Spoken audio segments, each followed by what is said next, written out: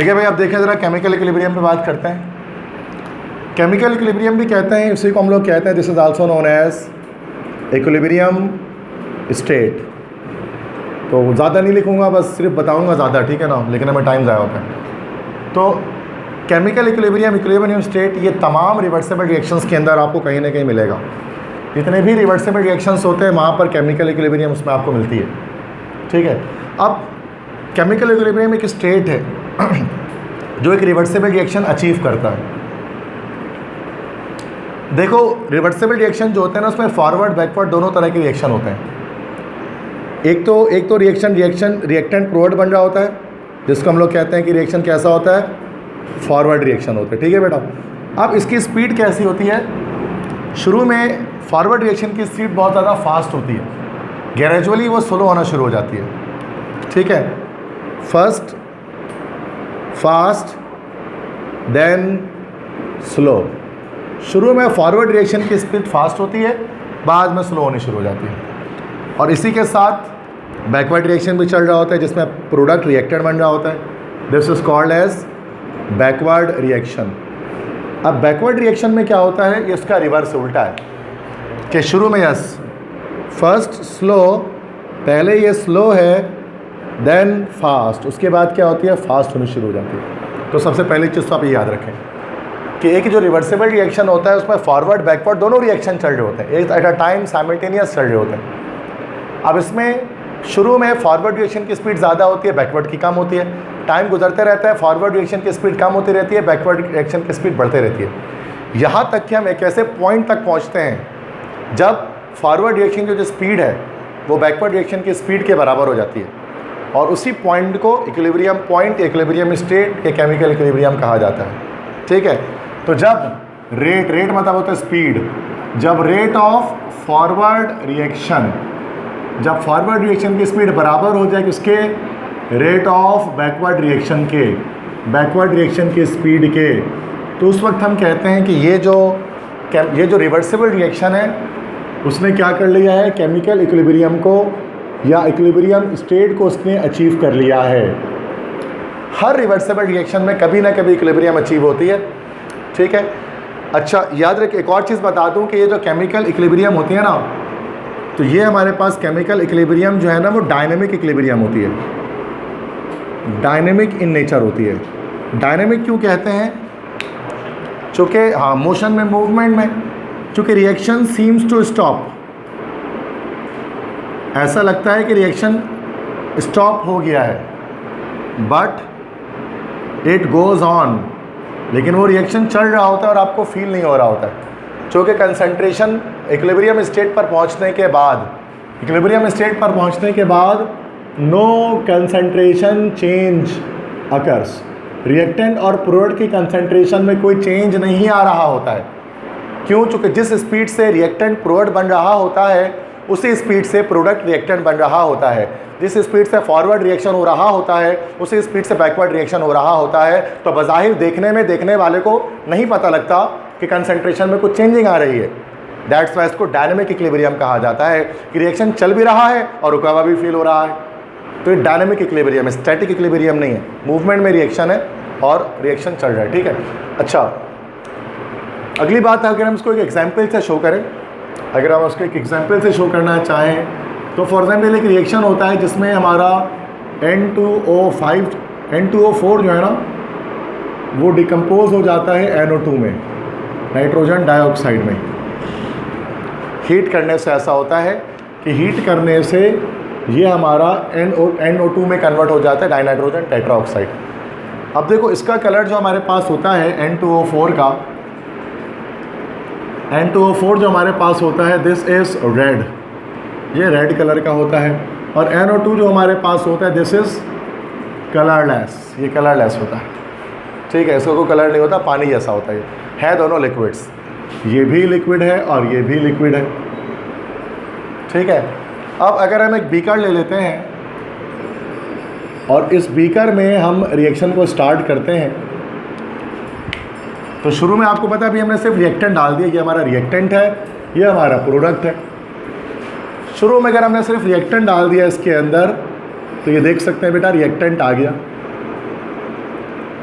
तो मैं red colour पूरा फिलअप कर देता हूँ उसके अंदर हूँ, ताकि आपको N2O4 डाई नाइट्रोजन टेट्राऑक्साइड आपको दिख जाए सही से। ये पूरा रेड होगा, ठीक है, लिक्विड है। अभी देखो हमने हीट नहीं किया हुआ है, रिएक्शन स्टार्ट ही नहीं होगा। अभी ये रिएक्शन ऐसे सिर्फ रिएक्टेंट पड़ा हुआ है इस बीकर के अंदर, क्योंकि जब रिएक्शन इस वक्त स्टार्ट होगा जब हम इसको हीट करेंगे।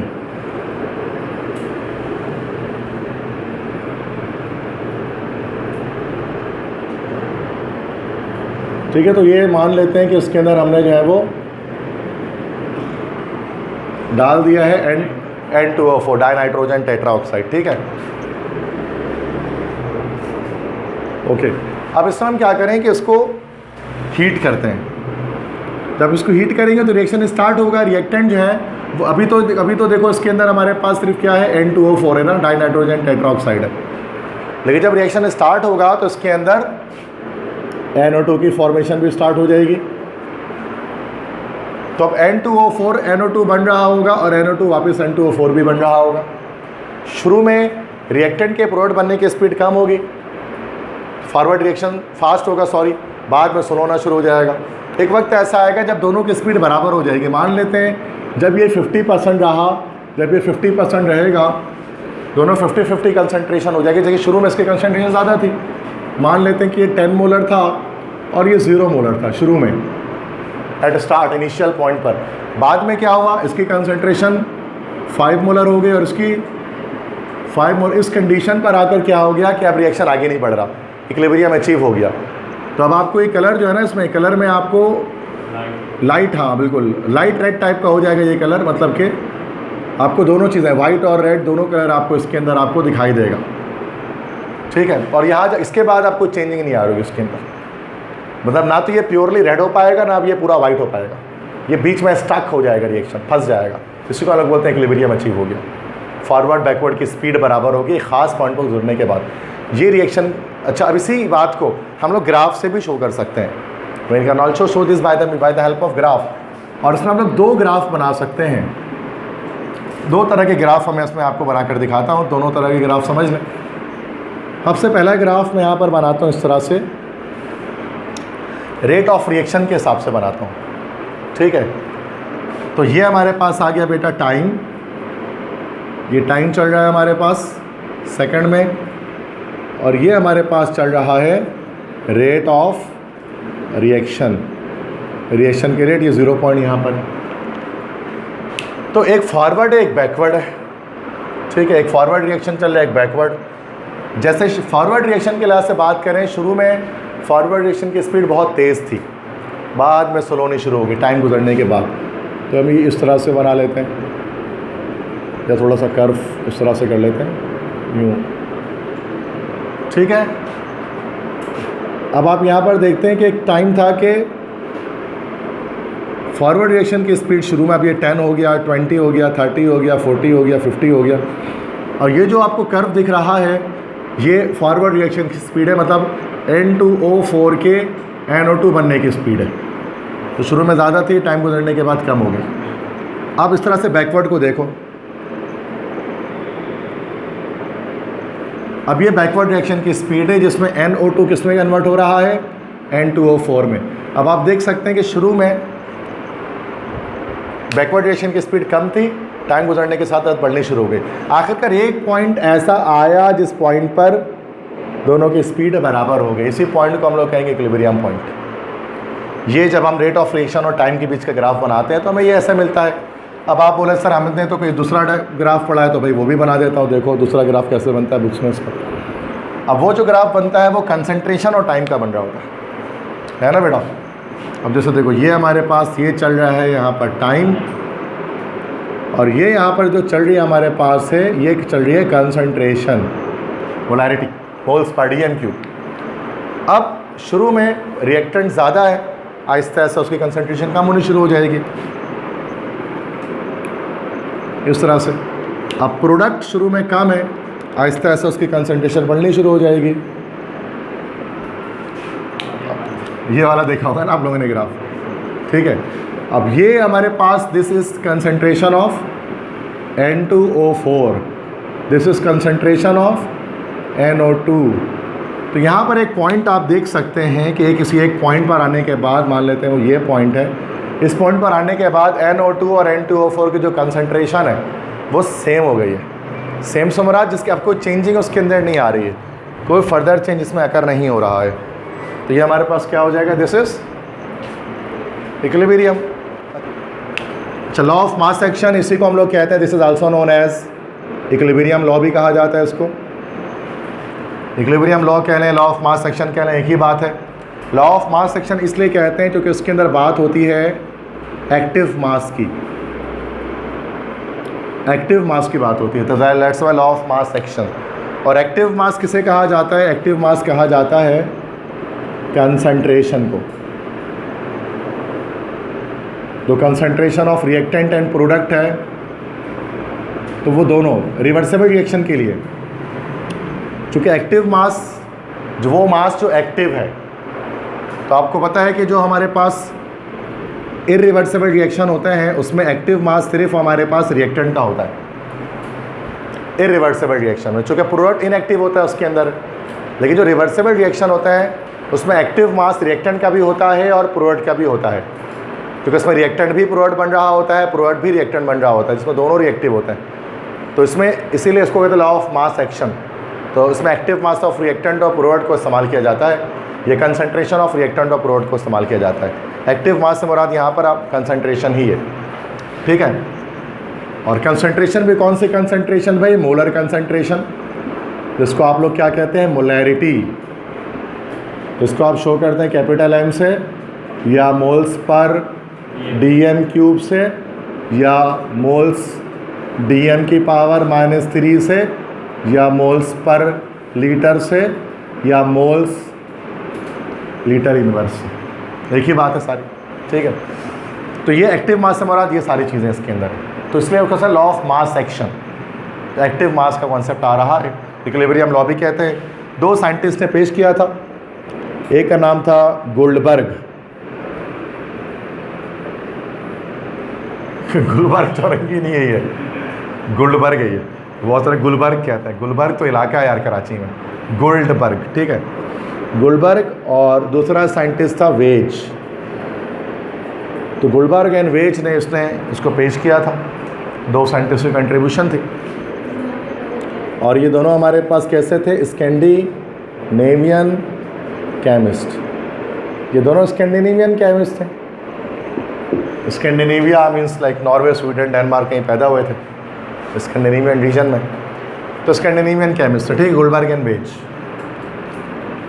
अब लॉ ऑफ मास एक्शन क्या कहता है, लॉ ऑफ मास एक्शन ये कहता है कि अगर कोई रिवर्सिबल रिएक्शन हो रहा है तो जो रेट ऑफ फॉरवर्ड रिएक्शन होगा it is directly proportional to concentration of reactant. Forward reaction की स्पीड रिएक्टेंट की कंसंट्रेशन पर डिपेंड करेगी, and the rate of backward reaction is directly proportional to concentration of product. ये कहलाता है law of mass action. ये मैंने mathematically उसको बता दिया कि जितना ज़्यादा रिएक्टेंट की कंसंट्रेशन होगी उतना तेज़ी के साथ फॉरवर्ड रिएक्शन होगा, और जितनी ज़्यादा प्रोडक्ट की कंसंट्रेशन होगी उतनी तेज़ी के साथ बैकवर्ड रिएक्शन होगा। तभी तो शुरू में रिएक्टेंट ज़्यादा होता है तो फॉरवर्ड रिएक्शन की स्पीड ज़्यादा होती है, टाइम गुजरने के साथ साथ रिएक्टेंट कम होना शुरू होता है तो फॉरवर्ड रिएक्शन की स्पीड गिरनी शुरू होती है, डिक्रीज़ होनी शुरू होती है।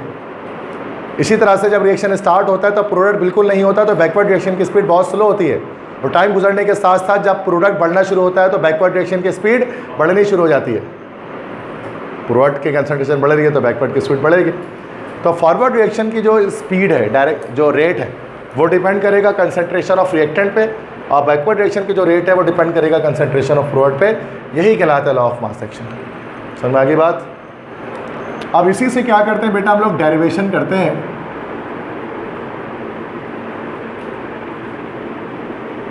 इससे हम एक डेरिवेशन करते हैं जिसमें हम लोग लॉ ऑफ मास एक्शन, जहाँ से हम लोग केसी जो है ना उसकी वैल्यू डिटरमाइन करते हैं, केसी निकालते हैं। इसके लिए हम एक रिवर्सिबल रिएक्शन ले लेते हैं, कोई भी रिवर्सिबल रिएक्शन लेते हैं। m moles of A reacts with n moles of B to form x moles of C and y moles of D। कुछ भी ले सकते हैं। यहाँ पर Mn XY ये हमारे पास मोलर कोफिशिएंट्स हैं, ठीक है। और ए बी रिएक्टेंट है और सी डी प्रोडक्ट है, ये तो पता है सबको बात। अब चूंकि ये रिएक्शन रिवर्सिबल है तो फॉरवर्ड बैकवर्ड दोनों रिएक्शन चल रहा होगा इसके अंदर। Rate of forward reaction directly proportional to concentration of reactant. Reactant यहाँ पर क्या है, ए है और बी है।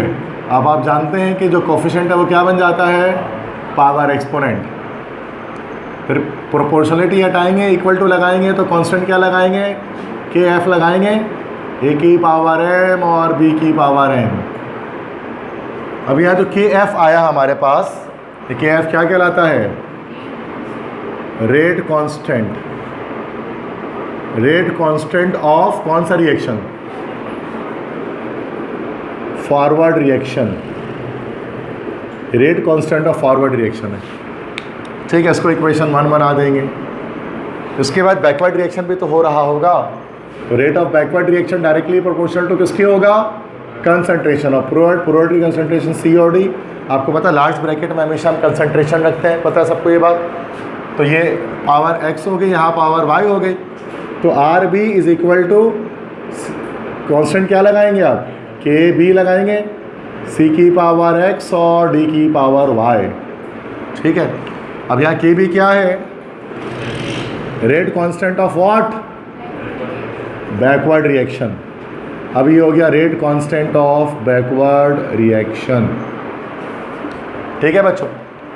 इसको इक्वेशन 2 बना देते हैं। अब हमें एक चीज़ पता है कि ये रिएक्शन रिवर्सिबल रिएक्शन है, तो कभी ना कभी इक्विलिब्रियम रीच करेगा, कभी ना कभी इक्विलिब्रियम करेगा ना रीच। तो एट इक्विलिब्रियम, इक्विलिब्रियम पर क्या होगा, क्या रेट ऑफ फॉरवर्ड रिएक्शन बराबर होगा रेट ऑफ बैकवर्ड रिएक्शन के। तो 1 और 2 इक्वेशन को कंपेयर कर सकते हैं। तो कंपेयर, जब आर एफ आर बी के बराबर है तो ये राइट वाले साइड भी राइट वाले साइड के बराबर है। तो ये हो जाएगा के एफ ए की पावर एम बी की power N is equal to K B C की पावर एक्स और डी की पावर वाई। अब कांस्टेंट वाली टर्म एक तरफ कर लें, कंसंट्रेशन वाली एक तरफ कर लें। ये हो गया के एफ अपॉन के बी इज इक्वल टू सी की पावर एक्स डी की पावर वाई अपॉन ए की पावर एम और बी की पावर एन। अब यहाँ देख सकते हैं कि के एफ और के बी क्या ये दोनों कांस्टेंट है, rate constant of forward reaction, rate constant of backward reaction. और जब दो कांस्टेंट है, जब उनको डिवाइड करेंगे तो जो आंसर आएगा वो कांस्टेंट आएगा। ऐसा ही है, नया कांस्टेंट आ जाएगा। तो आप के एफ अपॉन के बी को हम लोग क्या लिख देंगे, के सी इज इक्वल टू, अच्छा ये प्रोडक्ट है ये रिएक्टेंट है, तो हम इस तरह से लिख सकते हैं K C is equal to concentration of product upon concentration of reactant. ये हमारे पास डेरिवेशन हो गया। ऐसी होता है ना डेरिवेशन इसकी, ये हमने ड्राइव कर लिया।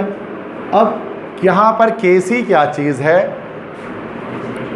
के सी यहाँ पर कहलाता है इक्विलिब्रियम कांस्टेंट। के सी की वैल्यू कहलाती है इक्विलिब्रियम कांस्टेंट। और ये जो पूरा जो हमने ये निकाला है इसको हम लोग क्या बोलते हैं, this is called equilibrium constant expression. ये कहलाती है इक्विलिब्रियम कांस्टेंट एक्सप्रेशन, और सिर्फ के सी कहलाता है इक्विलिब्रियम कांस्टेंट। अच्छा, इक्विलिब्रियम कांस्टेंट एक्सप्रेशन किसी भी इक्वेशन को आपको बनानी आनी चाहिए। जैसे अगर हम हेबर्स प्रोसेस लिखते हैं N2 + 3H2 it forms 2NH3, तो आप इसकी बना सकते हैं केसी की एक्सप्रेशन। केसी बराबर होगा प्रोडक्ट अपॉन रिएक्टेंट। प्रोडक्ट क्या है, अमोनिया है NH3, इसका स्क्वायर हो जाएगा अपॉन N2। इस पर तो कुछ नहीं लगेगा पावर, लेकिन H2 पे पावर क्या लग जाएगा, 3 लग जाएगा। आता है करना ये। तो किसी भी इक्वेशन की हमें इक्विलिब्रियम कांस्टेंट एक्सप्रेशन बनानी आनी चाहिए, लॉ ऑफ मास एक्शन के तहत। इसके बाद केसी के बारे में, इक्विलिब्रियम कांस्टेंट के बारे में कुछ बातें आप याद रख लें। के सी जो इक्विलिब्रियम कांस्टेंट होता है, इसके बारे में चंद बातें हमें पता होने चाहिए। 1 बात, 2 बात, 3 बात, 4 बात, 5 बात, 6 बातें, ठीक है। अब क्या क्या बातें, सबसे पहली बात के F it is the ratio between concentration of product and reactant at equilibrium. क्या के सी यही होता है, प्रोडक्ट और रिएक्टेंट का कंसंट्रेशन का रेशो इक्विलिब्रियम पर। क्या के सी के एफ अपॉन के बी भी होता है, ratio between rate constant of forward reaction and rate constant of backward reaction. सही है।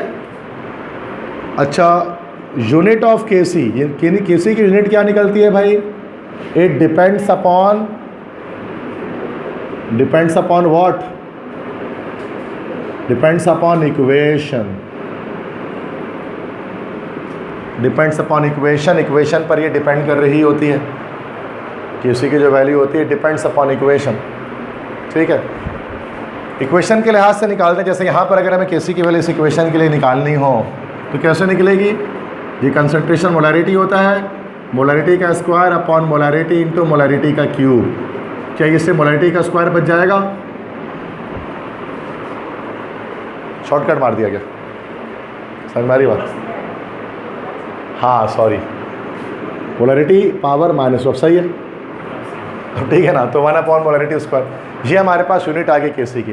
तो यूनिट इक्वेशन के लिहाज से निकाली जाती है, कोई भी इक्वेशन होगी यूनिट हम उसके निकाल लेंगे, ठीक है। समझ में आगे बात। इसके बाद अगली बात केसी के बारे में क्या याद रखनी है? What you need to remember, what you need to know, कि केसी की जो वैल्यू है it does not depend upon concentration. KC की वैल्यू कंसंट्रेशन पर डिपेंड कभी भी नहीं करती। तो किस चीज़ पर डिपेंड करती है भाई? टेम्परेचर पर डिपेंड करती है। तो it depends upon temperature, it depends upon temperature, temperature dependent होती है। और टेम्परेचर डिपेंडेंट किस तरह से होती है? तो केसी की वैल्यू डबल हो जाती है after 10 degree centigrade rise in temperature. तो the value of KC becomes double after what? After 10 degree centigrade rise in temperature. हर 10 डिग्री के बाद केसी की वैल्यू डबल हो जाती है। जैसे कि अगर केसी की वैल्यू अगर किसी रिएक्शन के लिए 10 है एट 25 डिग्री सेंटीग्रेड, अगर टेम्परेचर को बढ़ा के 35 डिग्री सेंटीग्रेड कर देंगे तो केसी कितना हो जाएगा? 20 हो जाएगा। और बढ़ा के 45 अगर कर दें तो केसी कितना हो जाएगा? 40। इसका मतलब हर 10 degree centigrade rise in temperature पे the value of KC becomes double. इसी रूल को हम लोग कहते हैं, this is called thumb rule, general rule of thumb कहलाता है, इसी को थंब रूल कहते हैं। तो हर 10 डिग्री के बाद टेम्परेचर डबल होता है। और आखिरी बात, फॉर गैसियस इक्विलिब्रियम, अगर सारे रिएक्टेंट सारे प्रोडक्ट गैसेस में हों तो Kp कैन बी डिटरमाइंड। तो Kp की वैल्यू को भी हम क्या कर सकते हैं? डिटरमाइन कर सकते हैं, निकाल सकते हैं। जैसे अगर हमारे पास कोई ऐसा रिएक्शन आ गया जिसमें सारे रिएक्टेंट और प्रोडक्ट गैसेस के फॉर्म में हैं, मिसाल के तौर पे अगर हमने लिखा PCl3 plus Cl2, reaction arrow बना PCl5, ये भी गैस है, ये भी गैस है, ये भी गैस है, ओवरऑल गैसियस इक्विलिब्रियम है। अगर गैसियस इक्विलिब्रियम में केसी तो निकलेगा ही निकलेगा इसका। अब केसी के साथ साथ आप जो है वो इसकी क्या निकाल सकते हैं? Kp भी निकाल सकते हैं, P फॉर प्रेशर। अब Kp कैसे निकलेगा? सिर्फ क्या करना है, बजाय इसमें हम कंसंट्रेशन का प्रेशर यूज़ कर लेंगे, pressure of product upon pressure of reactant.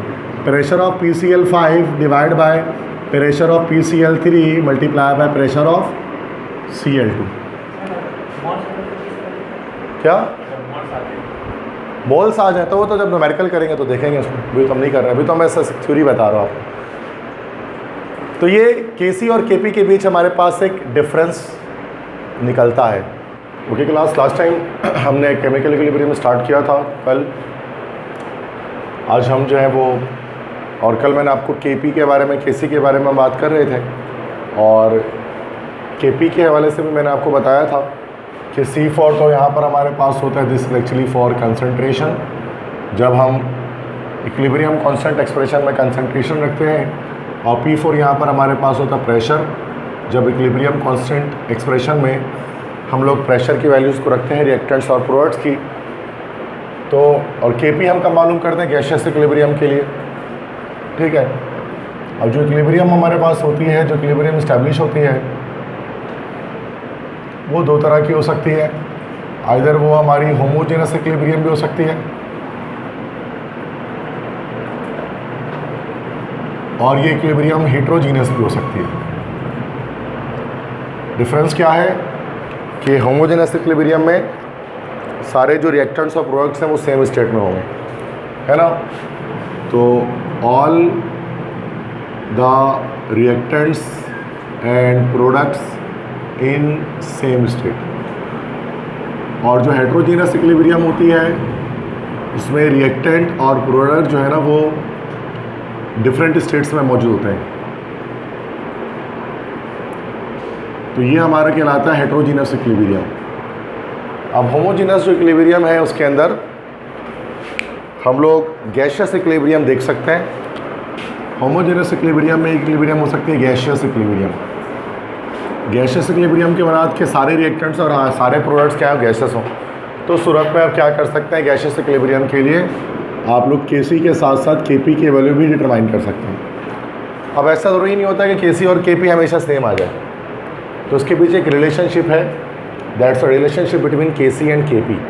उसके लिए हमारे पास एक इक्वेशन है वो याद करनी पड़ेगी कि Kp is equal to Kc into RT, उसके बाद डेल्टा N। ये एक इक्वेशन है जो आपको Kp और Kc के बीच का रिलेशनशिप शो करती है। R तो यहाँ पर जर्नल गैस कांस्टेंट है, T यहाँ पर टेम्परेचर है, और जो डेल्टा N है, जो डेल्टा N यहाँ पर क्या है, delta N is actually N2 minus N1। बताओ सिंपल के moles of product minus moles of reactant. Product के मोल्स को जब हम माइनस कर देंगे मोल्स ऑफ रिएक्टेंट से, तो ये हमारे पास आ जाएगा डेल्टा N। अब इसमें 3 केसेस हमारे पास होते हैं। केस नंबर 1 हमारे पास क्या आ सकता है कि अगर डेल्टा N की वैल्यू इक्वल टू 0 आ जाए। डेल्टा N की वैल्यू 0 कब आएगी, इक्वल टू 0 कब आएगी, जब when moles of reactant is equal two moles of product. तो डेल्टा N क्या आ जाएगा, 0 आ जाएगा, इसका मतलब है ना भाई। तो अब जैसे मिसाल के तौर पर अगर हम रिएक्शन ऐसे लिख देते हैं H2 plus I2 it forms 2HI। अब यहाँ पर अगर आप देखें तो अगर हम यहाँ पर इक्वेशन लिखते हैं Kp is equal to Kc, Kp is equal to Kc into RT। अब डेल्टा N में क्या हो गया, 2 माइनस 2 हो गया, ये 2 मोल्स इधर 2 मोल्स इधर। तो ये हमारे पास हो जाएगा Kp is equal to Kc, उसके बाद RT की पावर 0 हमारे पास होगी, मतलब ये हमारे पास ओवरऑल क्या आ गया, 1 आ गया। ठीक है, तो Kp बराबर किसकी हो गया, Kc के। इसका मतलब अगर डेल्टा N की वैल्यू 0 आ जाए तो Kp और Kc बराबर रहते हैं, या जब रिएक्टेंट और प्रोडक्ट्स के मोल्स अगर बराबर आ जाए तो Kp और Kc बराबर रहते हैं। इसी के और केसेस भी हमारे पास बन सकते हैं। केस 2 हमारे पास हो सकता है। केस 2 में हम क्या करते हैं, हम इसमें डेल्टा N को ग्रेटर देन 0 कर देते हैं। ग्रेटर देन 0 से बड़ी कब आएगी, जब moles of product more than moles of reactant. तो ऐसा ही है, moles of product are greater than moles of reactant. अब मैं एक इक्वेशन लिख लेता हूँ, जैसे कि PCl5 है, फॉस्फोरस पेंटाक्लोराइड है, रिएक्शन करके बन रहा है PCl3 प्लस Cl2। अब आप देख सकते हैं यहाँ पर 1 मोल है और यहाँ पर 2 मोल्स हैं। तो इक्वेशन इसमें क्या बन जाएगी, Kp is equal to Kc into RT, और 2 माइनस 1 हो जाएगा ये, तो हमारे पास आ जाएगा दिस इज 1। तो मतलब Kp की वैल्यू ग्रेटर देन Kc आएगी। Kp बराबर हो Kc इंटू RT और पावर 1 है, इसका ओवरऑल Kp की वैल्यू Kc के मुकाबले में बड़ी आ रही होगी। तो यहाँ पर क्या होगा, जो भी वैल्यू आएगी Kp मस्ट भी ग्रेटर देन Kc हो जाएगा। तो ये सूरत में होगा जब प्रोडक्ट के मोल ज़्यादा होंगे रिएक्टेंट के मोल से। ठीक है, इसके बाद एक और तीसरा केस भी हमारे पास निकल सकता है, केस 3। ये सब केस 3 आप समझ सकते हैं क्या करने वाला हूँ मैं। यस, डेल्टा N को मैं लेस देन 0 कर दूँ, मतलब कि मोल्स ऑफ प्रोडक्ट को लेस देन कर दूँ मोल्स ऑफ रिएक्टेंट से। या मोल्स ऑफ जो है वो रिएक्टेंट को मोर देन मोल्स ऑफ प्रोडक्ट कर दो, एक ही बात है, बात तो सेम है। अब इक्वेशन में लिखता हूँ अगर इसमें अंदर, तो लिखता हूँ मैं N2 + 3H2 it forms 2NH3। अब यहाँ पर आप देख सकते हैं कि उसके अंदर यहाँ 4 मोल है और यहाँ 2 मोल है।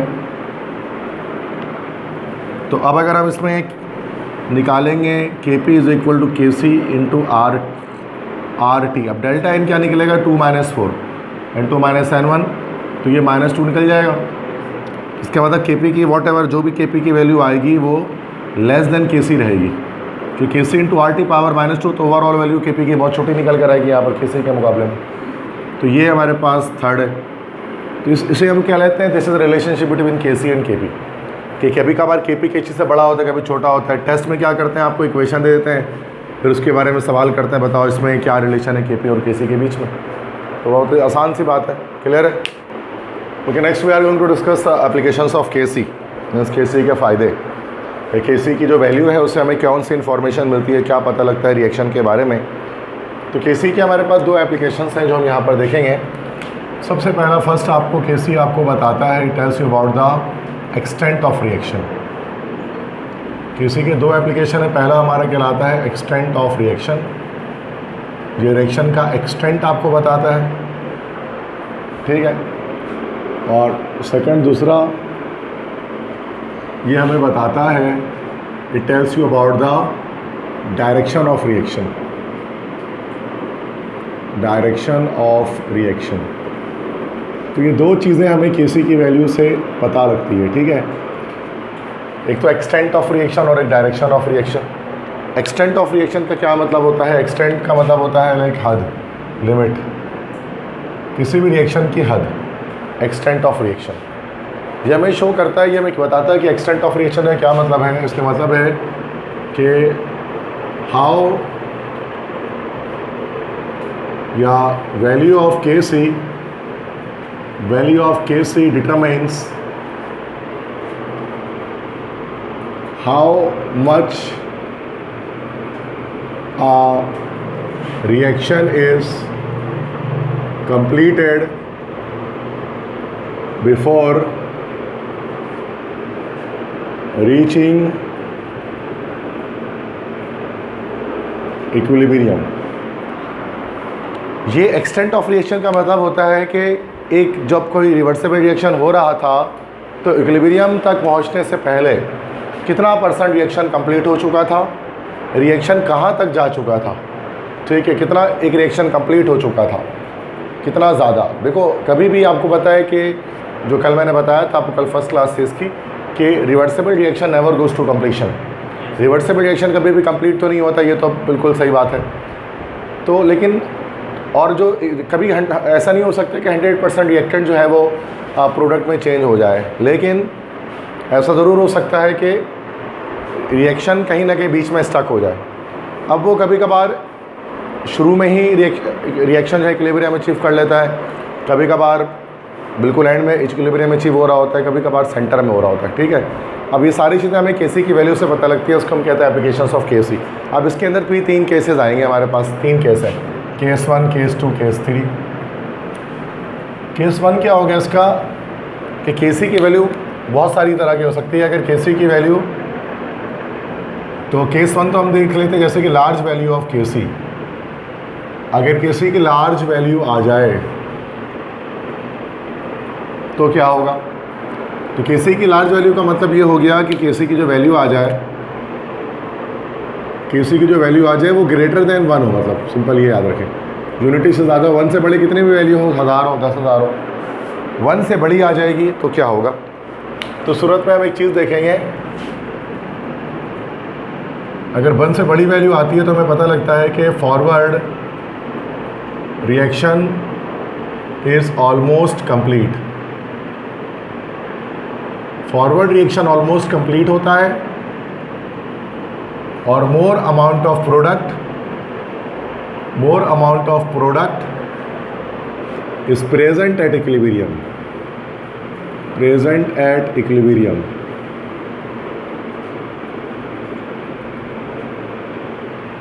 ठीक है। अब मिसाल के तौर पर फॉर एग्जांपल अगर हम एक रिएक्शन लेते हैं, कोई भी रिएक्शन उठा लेते हैं, एक जनरल रिएक्शन ही हम ले लेते हैं, ठीक है, कोई ऐसी बात नहीं है। रिएक्टेंट प्रोडक्ट में कन्वर्ट हो रहा है, इसकी केसी की वैल्यू मान लेते हैं, इसकी केसी की वैल्यू हमारे पास आ गई है 4, ग्रेटर देन 1 आई है, ठीक है। अब ये 4 इसकी वैल्यू कब आएगी, इसको देखिए ज़रा, केसी बराबर किसके होता है, केसी बराबर होता है concentration of product upon concentration of reactant.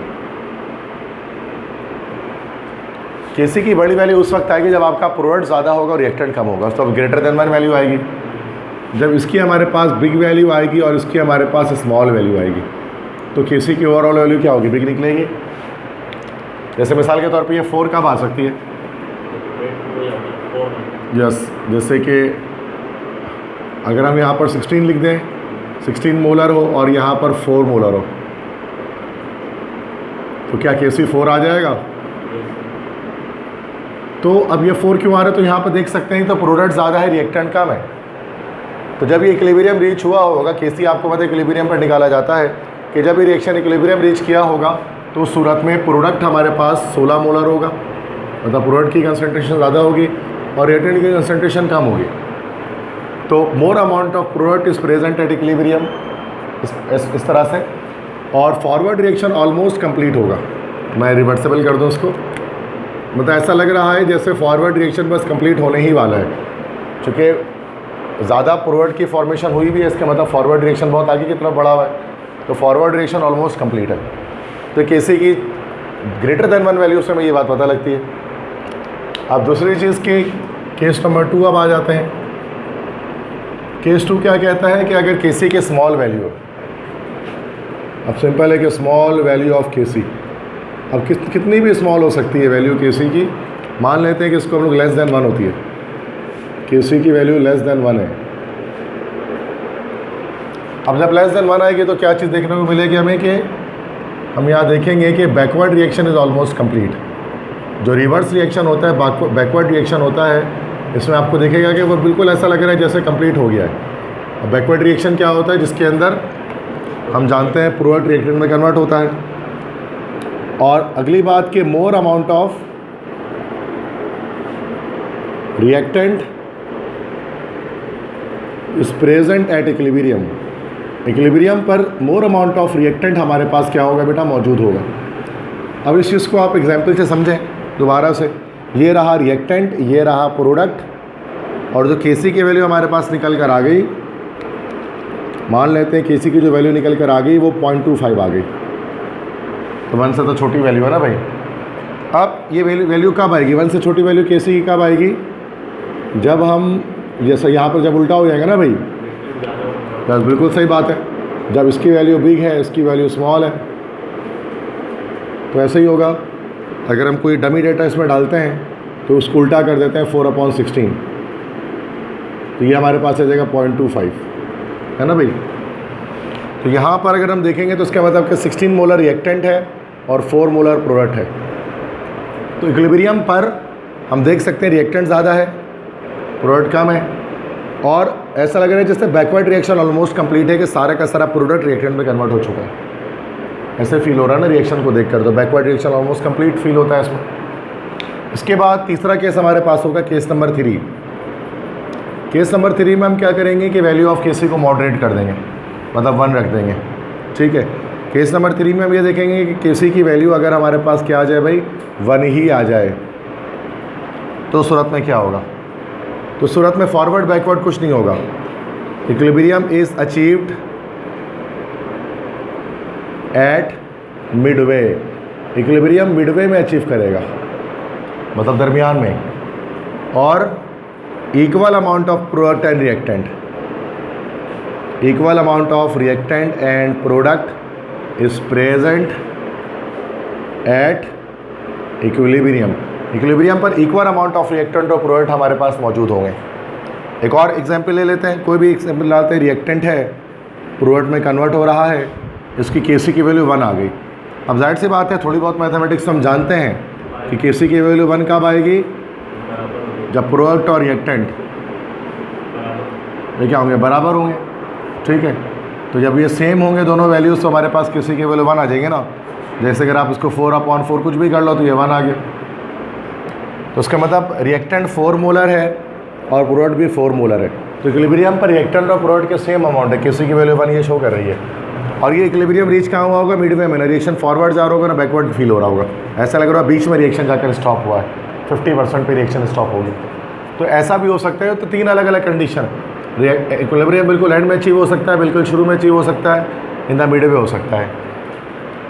Case number 1 आपको बताता है कि अगर किसी की वैल्यू ग्रेटर देन 1 आ गई तो हमारे पास concentration of product it must be greater than concentration of reactant. अगर स्मॉल वैल्यू ऑफ केसी आ गई तो कंसंट्रेशन ऑफ रिएक्टेंट, मतलब ये भी कुछ प्रोडक्ट के लिहाज से भी कह सकते हैं, concentration of product is less than concentration of reactant. और अगर हम केस 3 की बात करेंगे तो यहाँ पर कंसंट्रेशन ऑफ प्रोडक्ट और कंसंट्रेशन ऑफ रिएक्टेंट ये हमारे पास कैसे रहते हैं भाई? सेम रहते हैं। समझ आगे बात सबको? बहुत बेसिक बात है, कोई इतने को मुश्किल बात नहीं है, कॉन्सेप्ट है, समझने की बात है। अगली बात हम देखते हैं डायरेक्शन ऑफ रिएक्शन, कि केसी की वैल्यू से आपको डायरेक्शन भी पता लग सकता है रिएक्शन का, कि वो फॉरवर्ड जा रहा है कि बैकवर्ड आ रहा है। ठीक है, अब देखो केसी की वैल्यू आपको पता है कि केसी की वैल्यू, केसी किसके बराबर है? Concentration of product upon concentration of reactant. और किस पॉइंट पर? एट इक्विलिब्रियम पॉइंट पर। इक्विलिब्रियम पॉइंट पर रिएक्टेंट और प्रोडक्ट और रिएक्टेंट के कंसंट्रेशन के रेशो केसी इक्विलिब्रियम कांस्टेंट कहलाता है। अब एक और चीज़ कहलाती है, उसको हम कहते हैं क्यूसी। क्यूसी भी प्रोडक्ट और रिएक्टेंट के रेशो के बराबर होती है, लेकिन ये एट इक्विलिब्रियम नहीं होता बल्कि एट एनी पॉइंट, किसी भी पॉइंट पर। अब मतलब भले रिएक्शन स्टार्ट हुआ और उस पॉइंट में अगर आपने प्रोडक्ट और रिएक्टेंट के कंसंट्रेशन के रेशो ले लिया तो उसको हम क्या कहेंगे? क्यूसी कहेंगे। क्यूसी क्या है? QC is actually the called reaction quotient कहा जाता है, रिएक्शन क्वोशिएंट कहा जाता है। अब क्यूसी की वैल्यू को जब हम केसी से कंपेयर करते हैं तो हमें पता लगता है कि डायरेक्शन ऑफ रिएक्शन क्या है, फॉरवर्ड है कि बैकवर्ड है। अब इसमें तीन बातें आ जाएंगी। पहली बात, ऐसा भी हो सकता है कि क्यूसी की वैल्यू लेस देन केसी हो। बी, ऐसा हो सकता है कि क्यूसी की वैल्यू ग्रेटर देन केसी हो। सी, ऐसा हो सकता है क्यूसी और केसी बराबर आ जाए। अगर क्यूसी की वैल्यू लेस देन केसी है तो रिएक्शन कैसा मूव करता है भाई? फॉरवर्ड डायरेक्शन में। अगर ग्रेटर देन केसी है तो रिएक्शन मूव करेगा बैकवर्ड डायरेक्शन में। और अगर इक्वल टू केसी है तो रिएक्शन असल में इक्विलिब्रियम पर ही मौजूद है। इस चीज़ को अगर हम एग्जाम्पल से समझें तो जैसे कि अगर हमारे पास एक बीकर है, इस बीकर के अंदर हमने कोई भी रिएक्टेंट डाल दिया है। अब इस वक्त सिर्फ रिएक्टेंट है, मान लेते हैं इस वक्त रिएक्टेंट हमारे पास यहाँ पर 10 मोलर है और प्रोडक्ट यहाँ पर अभी फ़िलहाल 0 मोलर है, क्योंकि टाइम t = 0 है, रिएक्शन स्टार्ट नहीं हुआ है। सही है। बाद में जब इक्विलिब्रियम रीच किया, ये इनिशियली बात कर रहे हैं, इनिशियल। बाद में जब इक्विलिब्रियम रीच किया, इक्विलिब्रियम रीच करने पर क्या हुआ बच्चों? इसकी जो प्रोडक्ट की कंसंट्रेशन थी, सॉरी रिएक्टेंट की जो कंसंट्रेशन थी, मान लेते हैं कि वो 5 मोलर हो गई और प्रोडक्ट की कंसंट्रेशन भी 5 मोलर हो गई और ये रिएक्शन आ गया इक्विलिब्रियम पर। तो अभी इसका केसी हम निकाल सकते हैं। अब इसका केसी क्या निकल जाएगा? 1 निकल जाएगा इसका केसी। ठीक है, अभी इक्विलिब्रियम पर है। इक्विलिब्रियम पर अगर प्रोडक्ट और रिएक्टेंट की कंसंट्रेशन का रेशो लेता है तो वो केसी कहलाता है। अब हम, और ये इक्विलिब्रियम मान लें कि कितने देर में रीच किया? मान लेते हैं इक्विलिब्रियम ये 10 मिनट में रीच कर गया, 10 मिनट लगे उसको। अब मान लेते हैं यहाँ पर हम एक बीच में एक स्टेट आपको दिखाते हैं जहाँ पर टाइम, जहाँ पर अब ये बिटवीन इक्विलिब्रियम रीच नहीं हुआ, मतलब मिसाल के तौर पे भी 5 मिनट हुए थे रिएक्शन को, रिएक्शन चल रहा है, ठीक है। इस पॉइंट पर हमने क्या किया? रिएक्टेंट और प्रोडक्ट के कंसंट्रेशन के रेशो निकाल लिया। अब जाहिर सी बात है रिएक्टेंट ज़्यादा प्रोडक्ट में कन्वर्ट नहीं हुआ होगा। मान लेते हैं कि ये 8 मोलर है, मान लेते हैं कि ये 2 मोलर है। अब आप इसका अगर इक्विलिब्रियम, अगर हम इसका आप क्या करें, अगर प्रोडक्ट और रिएक्टेंट का कंसंट्रेशन अगर हम रेशो लेंगे तो ये रेशो केसी नहीं कहलाएगा, क्यूसी कहलाएगा, क्योंकि इक्विलिब्रियम तो रीच ही नहीं हुआ। रिएक्शन क्वोशिएंट कहलाएगा ये। तो ये हम ले लेंगे इसमें यहाँ पर 2/8, क्या आंसर आ जाएगा? 0.25 तो नहीं आएगा, 0.25 सॉरी, यस 0.25 आ जाएगा, ठीक है क्यूसी। तो अब अगर हम सिर्फ को यही बता दें इस रिएक्शन के लिए कि इस रिएक्शन की Kc1 है और Qc 0.25 है, तो यहाँ पर हम देखते हैं कि अब Qc की वैल्यू अगर कम आती है Kc से, Qc की वैल्यू कम आती है Kc से, तो रिएक्शन कैसा मूव कर होगा?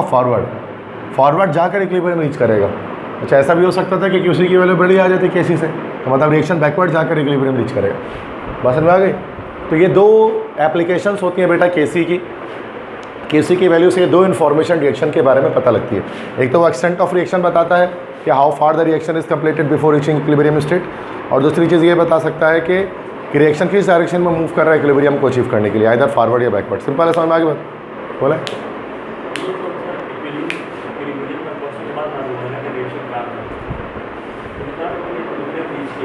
हाँ, फिर बोले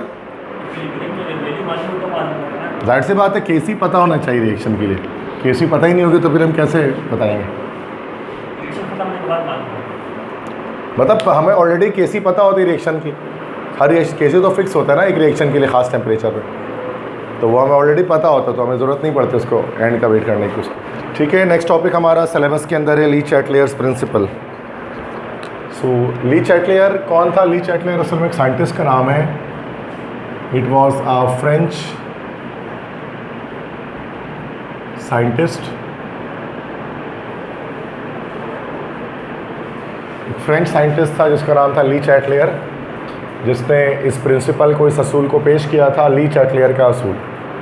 ये क्या कहता है ये प्रिंसिपल? सबसे पहले तो उसकी स्टेटमेंट समझ लें कि क्या कहता है कि if the equilibrium of a reversible reaction is disturbed by applying a stress, then equilibrium moves in, या then reaction लिख दें, reaction moves in forward or backward direction to undo the stress। ये कहलाता है जी चैटलर्स प्रिंसिपल। अगर हम उसको आसान मायनों में अगर हम उसको ट्रांसलेट करें इस बात को, तो कह रहे हैं कि अगर कोई केमिकल रिएक्शन, कोई रिवर्सिबल रिएक्शन इक्विलिब्रियम पोजीशन पर है, रुका हुआ है, और हम उस पर कोई स्ट्रेस अप्लाई करें, स्ट्रेस अप्लाई करने से मुराद ये कि उसकी इक्विलिब्रियम को डिस्टर्ब करें कंसंट्रेशन, टेम्परेचर या प्रेशर चेंज करके, तो जब भी हम किसी भी रिवर्सिबल रिएक्शन के इक्विलिब्रियम को डिस्टर्ब करते हैं, कोई स्ट्रेस अप्लाई करके, कोई चेंज उसमें अप्लाई करके, किसी भी किस्म का स्ट्रेस, किसी भी का चेंजिंग करके, लाइक टेम्परेचर, प्रेशर या कंसंट्रेशन, तो क्या होता है कि जो रिवर्सिबल रिएक्शन है वो फॉरवर्ड या बैकवर्ड डायरेक्शन में मूव करके उस स्ट्रेस को अंडू करने की कोशिश करता है, उस स्ट्रेस को, उस चेंज को ओवरकम करने की कोशिश करता है जो चेंज आप उसमें लेकर आ गए हैं रिएक्शन। तो इससे बेनिफिट क्या होता है? इससे बेनिफिट ये होता है कि बहुत सारे रिएक्शन जो कि रिवर्सिबल होते हैं, जो स्टक हो जाते हैं किसी एक पॉइंट पर जाकर, हम उनको अपने मर्ज़ी से फॉरवर्ड या बैकवर्ड कैरी करवा सकते हैं, जो उसके इंडस्ट्रियल एप्लीकेशंस में हम लोग देखते हैं। तो ली चैटलर्स प्रिंसिपल सिंपल ये बात करता है कि अगर कोई रिएक्शन, कोई रिवर्सिबल रिएक्शन इक्विलिब्रियम पर है और आपने उस पर कोई स्ट्रेस अप्लाई किया, तो स्ट्रेस अप्लाई करने पर फॉरवर्ड या बैकवर्ड रिएक्शन मूव करके उस स्ट्रेस को ख़त्म कर देता है। ठीक है, ये ली चैटलर्स प्रिंसिपल है, क्योंकि हर एक रिवर्सिबल रिएक्शन अपनी इक्विलिब्रियम के स्टेट को बरकरार रखना चाहता है। वो अगर आप उसमें कोई अगर उसके अंदर आप कोई डिस्टर्बेंस उसके अंदर पैदा करेंगे, उसको छेड़ेंगे, तो क्या होगा कि उस सूरत में वो खुद ही दोबारा अपने इक्विलिब्रियम को अचीव करेगा फॉरवर्ड बैकवर्ड जाकर। सही है, तो इस चीज़ को समझना पड़ेगा। अब 4 तरह के जो है स्ट्रेस इसमें हम लोग यहाँ पर देखते हैं। 4 तरह की चेंजिंग आप इसके अंदर कर सकते हैं। ठीक है, तो सबसे पहले आप इसमें चेंज कर सकते हैं कंसंट्रेशन को, चेंज कर सकते हैं, बी आप चेंज कर सकते हैं टेम्परेचर को, सी आप चेंज कर सकते हैं प्रेशर को, और चौथा आप किसको चेंज, क्या इसमें एडिशन कर सकते हैं, कैटलिस्ट की एडिशन कर सकते हैं। तो ये 4 चीज़ें पढ़नी होती हैं जब भी हम ली चैटलर्स प्रिंसिपल पढ़ते हैं, तो ये 4 चीज़ें पढ़ते हैं। तो सबसे पहले तो मैं एक आपको बताता हूँ चेंज इन कंसंट्रेशन, आसान सी बात है। तो चेंज इन कंसंट्रेशन, कंसंट्रेशन के अंदर वेरिएशन करेंगे तो क्या होगा, ठीक है। अब इसमें 4 काम हम कर सकते हैं, इसके अंदर 4 काम कर सकते हैं। पहला काम हम ये कर सकते हैं कि कंसंट्रेशन ऑफ रिएक्टेंट इज़, मतलब पूरा नहीं लिख रहा हूँ, डायरेक्ट इस तरह, concentration of reactant is increased, या फिर concentration of product is increased, या फिर concentration of reactant is decreased, या फिर concentration of product is decreased. तो ये 4 काम किया जा सकता है। अब सब में रिएक्शन किस तरह से जाएगा, फॉरवर्ड के बैकवर्ड, ये हमें पता होना चाहिए। अब एक रिएक्शन है जिसमें रिएक्टेंट की कंसंट्रेशन को बढ़ा रहे हैं, तो रिएक्शन कैसा जाएगा, फॉरवर्ड के बैकवर्ड, फॉरवर्ड जाएगा, क्योंकि जहाँ हमेशा ज़्यादा से कम की तरफ जाएगा, याद रखना। तो ये हमारा रिएक्शन हो गया फॉरवर्ड।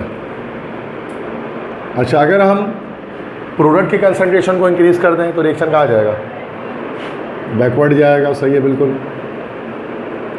अगर हम रिएक्टेंट की कंसंट्रेशन को डिक्रीज़ कर दें, बैकवर्ड ही जाएगा, चूँकि ज़्यादा से कम की तरफ आएगा, बैकवर्ड। और अगर हम रिएक्टेंट की कंसंट्रेशन, प्रोडक्ट के कंसंट्रेशन को डिक्रीज़ कर दें तो फॉरवर्ड, ठीक है। इसी तरह से अगर हम ये कर लें कि concentration of reactant and product are increase, दोनों को इंक्रीज कर दिया जाए तो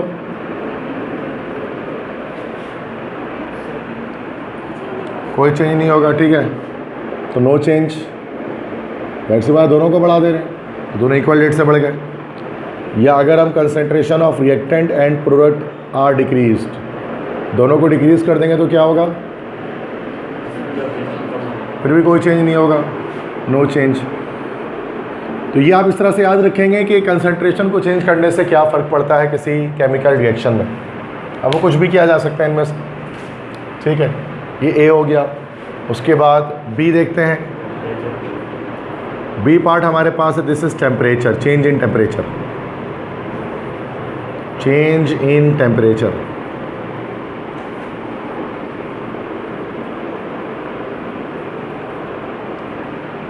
अब टेम्परेचर का क्या इम्पैक्ट है, देखो टेम्परेचर के लिहाज से इसमें अब हमें 2 चीज़ें देखनी है, 2 तरह के रिएक्शन, दोनों के अलग अलग इम्पैक्ट है। अब कुछ रिएक्शन हमारे पास होते हैं जिसमें टेम्परेचर की नीड होती है, जिसको हम लोग क्या कहते हैं केमिस्ट्री में, नहीं, मतलब जिसमें एनर्जी अब्जॉर्ब या रिलीज़ होती है, उसको लोग कहते हैं this is called thermochemical reactions. इसको हम लोग पढ़ेंगे थर्मोकेमिस्ट्री में, थर्मोकेमिकल रिएक्शंस। अब थर्मोकेमिकल रिएक्शंस 2 तरह के होते हैं, सब जानते हैं। वन इज़ कॉल्ड, एक हमारे पास कहलाता है एंडोथर्मिक रिएक्शन, और दूसरा क्या कहलाता है, एक्सोथर्मिक रिएक्शन। अब आप सब ये बात जानते हैं कि एंडोथर्मिक रिएक्शन में हीट एब्जॉर्ब होती है, पता है ये बात सबको, और एक्सोथर्मिक में heat is released, heat release होती है या इवॉल्व होती है या गिवन ऑफ होती है। अब एंडोथर्मिक रिएक्शन है ना अगर, तो उसका अलग चेंज अगर इफेक्ट आएगा और एक्सोथर्मिक पे अलग इफेक्ट आएगा। अब अगर एंडोथर्मिक रिएक्शन है तो हाई टेम्परेचर पे क्या होगा, लो टेम्परेचर पे क्या होगा। इसी तरह से अगर एक्सोथर्मिक रिएक्शन है तो हाई टेम्परेचर पे क्या होगा, लो टेम्परेचर पे क्या होगा। तो देखा जाए तो उलट है। एंडोथर्मिक रिएक्शन चूँकि हीट की प्रेजेंस में होता है, जितना ज़्यादा एंडोथर्मिक में टेम्परेचर बढ़ाएंगे उतना ज़्यादा फॉरवर्ड रिएक्शन होगा। तो हाई टेम्परेचर पे ये रिएक्शन हमारे कैसा हो जाएगा भाई, फॉरवर्ड, और लो टेम्परेचर पे कैसा हो जाएगा, बैकवर्ड। इसी के मुकाबले में अगर हम बात करें एक्सोथर्मिक में तो उल्टा है, हाई टेम्परेचर पे कैसा हो जाएगा, बैकवर्ड, और लो टेम्परेचर पे कैसा हो जाएगा, फॉरवर्ड। सही है। तो ये एक टेम्परेचर का इम्पैक्ट होता है, टेम्परेचर को इंक्रीज़ या डिक्रीज़ करने से क्या इफेक्ट पड़ता है केमिकल रिएक्शन में। कोई पैराग्राफ रट्टा नहीं मारे, बस इस तरह सिंपल कॉन्सेप्ट जनरेट करें, ठीक है। उसके बाद सी, आपने इसको जब याद किया होगा तो पूरा पूरा पैराग्राफ याद किया होगा, बट ये सिंपल इस तरह आप कॉन्सेप्ट बनाए इसका। नेक्स्ट है इसका, उसके बाद चेंज इन प्रेशर।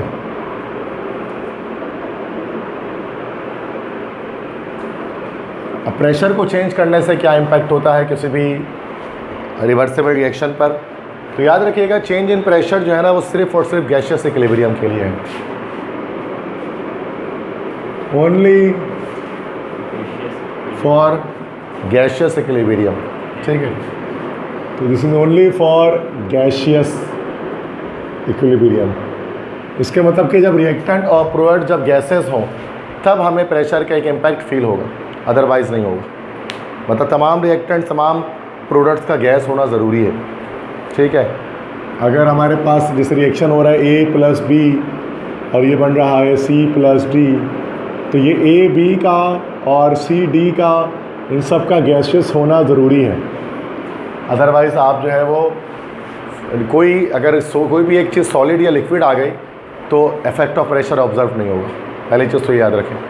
अच्छा, गैसेस के अंदर भी इसमें 3 केसेस हमारे पास होते हैं कि आप 3 तरह के रिएक्शंस के 3 केसेस ही बना लेते हैं इसके अंदर है।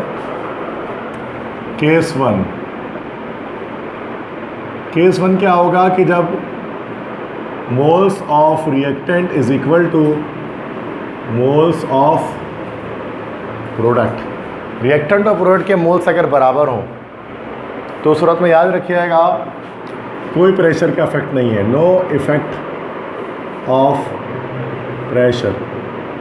तो अगर मोल्स बराबर इक्वल नंबर ऑफ मोल्स हो राइट और लेफ्ट पर तो सूरत में कोई इफेक्ट नहीं होता प्रेशर का। जैसे अगर मैं इक्वेशन लिखता हूँ H2 + I2 और ये बन रहा है क्या 2HI, तो अब इसमें आप देख सकते हैं कि ये भी हमारे पास 2 मोल है, ये भी हमारे पास यहाँ पर 2 मोल है।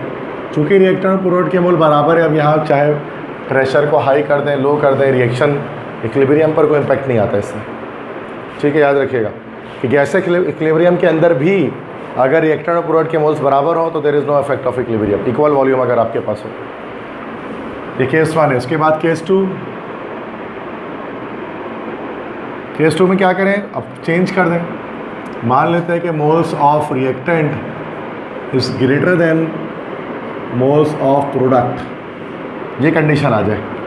जैसे कि N2 + 3H2 ये बना क्या हमारा 2NH3 बना। अब यहाँ पर आप देख सकते हैं कि इधर पर हमारे पास रिएक्टेंट में 4 मोल हैं और प्रोडक्ट में सिर्फ 2 मोल हैं। इस कंडीशन पे अब क्या होगा, हाई प्रेशर पे क्या होगा, लो प्रेशर पे क्या होगा, ये बता देते हैं। इस कंडीशन अगर ये कंडीशन आ जाए आपके पास डेवलप हो जाए तो उस सूरत में हाई प्रेशर पे प्रेशर को इंक्रीज़ करेंगे तो रिएक्शन जाएगा फॉरवर्ड, और लो प्रेशर करेंगे तो रिएक्शन जाएगा बैकवर्ड, ठीक है। केस 2 हमारे पास। इसी तरह से एक केस 3 हो सकता है। जी बेटा,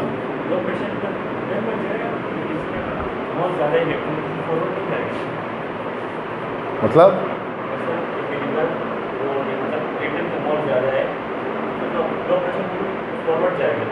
नहीं बैकवर्ड जाएगा, एक फॉरवर्ड एक बैकवर्ड, तभी तो इफेक्ट ऑब्जर्व होगा, वरना इफेक्ट आएगा कहाँ से। अभी देखो तीसरा वाला देखो, थर्ड में क्या है कि moles of reactant is less than moles of product. Reactant के मोल कम है प्रोडक्ट से, जैसे PCl5 है, ये डिकम्पोज हो गया PCl3 + Cl2 में। अब यहाँ आप देख सकते हैं कि ये 1 मोल रिएक्टेंट में है, 2 मोल प्रोडक्ट में है, तो रिएक्टेंट के मोल कम है। अब यहाँ उल्टा है सिस्टम। अब यहाँ क्या होगा, हाई प्रेशर जब हम करेंगे तो रिएक्शन कैसे जाएगा, बैकवर्ड आएगा, और अगर हम लो प्रेशर करेंगे तो रिएक्शन कैसे जाएगा, फॉरवर्ड आएगा।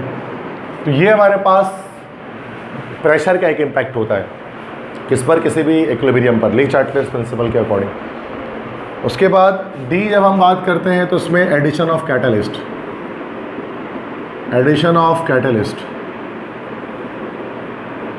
अच्छा, एक चीज़ ये इसमें कैटेलिस्ट प्रैक्टिस में बस एक सिंपल बात याद रखें कि catalyst has no effect on the direction of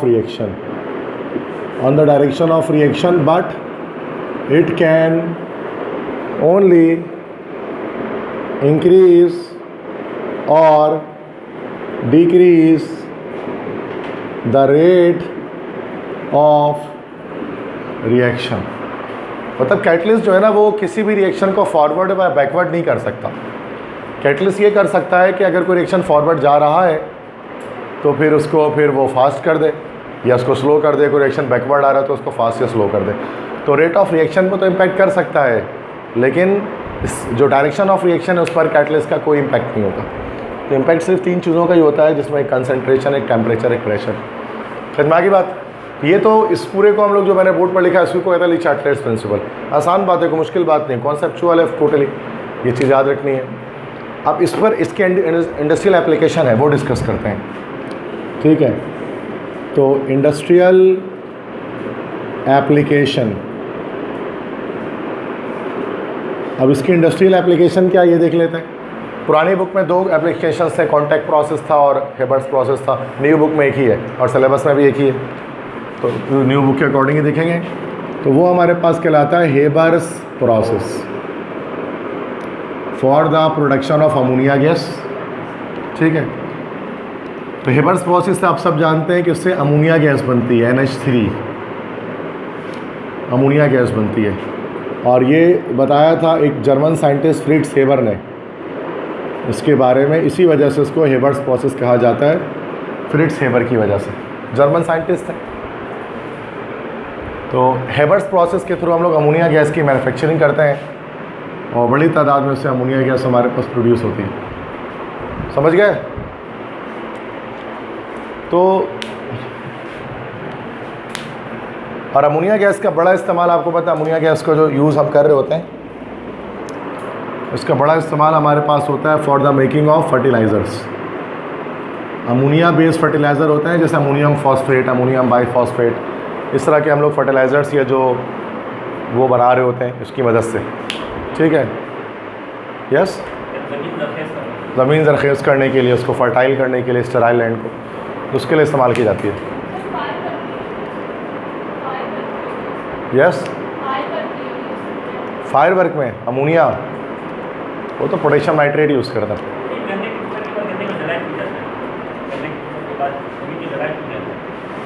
पता नहीं, मैं किसान नहीं हूँ, आई डोंट नो, हो सकता है कि ज़मीन को जला दिया जाता है, तो आई डोंट नो। कराची में रहते हैं हम लोगों को कहाँ खेत खलियान कितना पता है। पत्थर बस पता है, रोड में पत्थर होता है, जंप होता है, गड्ढे होता है, तो इसके अलावा कराची वालों को कुछ नहीं पता। अब आप तो इंटीरियर से हो गए ना, चाहे KP के से हो ना, हाँ, तो आप लोग तो देखे होंगे बहुत। अच्छा, पंजाब में होते हैं, सही है, सिंध में भी होता है वैसे इंटीरियर में। हाँ चलो गुड, हम लोग वैसे नहीं देखते, ठीक है। तो कराची में दरख्त ही नहीं है, गिनती के दरख्त ही कम है, सिंपल सी बात है। मतलब अभी गर्मी इतनी ज़्यादा पड़ती तो दरख्त है वो भी कट गए, खेत खलियान तो दूर की बात है, ऐसी बात है। दरख्त हमने काट दिए जितने थे आसपास, तो गर्मी बढ़ गई इससे और टेम्परेचर। चलो, तो अमोनिया गैस जो है ना वो इस्तेमाल की जाती है फर्टिलाइज़र को बनाने में, मतलब लाइक। तो ये फ्रिट्ज हेबर ने बताया था। फ्रिट्ज हेबर जर्मन थे, जर्मन साइंटिस्ट हैं। एक बार फ्रिट्ज हेबर की यूनिवर्सिटी में जब वो तालीम हासिल करते थे तो वहाँ एक शख्स आए, मतलब स्पीच डिलीवर करने के लिए। उनका नाम था William crooks, W crooks. William crooks वही है जिन्होंने डिस्चार्ज ट्यूब एक्सपेरिमेंट किया था इलेक्ट्रॉन की डिस्कवरी के लिए। तो उस वक्त काफ़ी, वो तो काफ़ी ज़्यादा सीनियर साइंटिस्ट हैं बनिस्बत फ्रिट्ज के। फ्रिट्ज छोटे थे उस टाइम पे, यूनिवर्सिटी के स्टूडेंट थे। तो जो विलियम क्रूक्स हैं उन्होंने क्या किया, उन्होंने फिर बताया इस चीज़ के बारे में।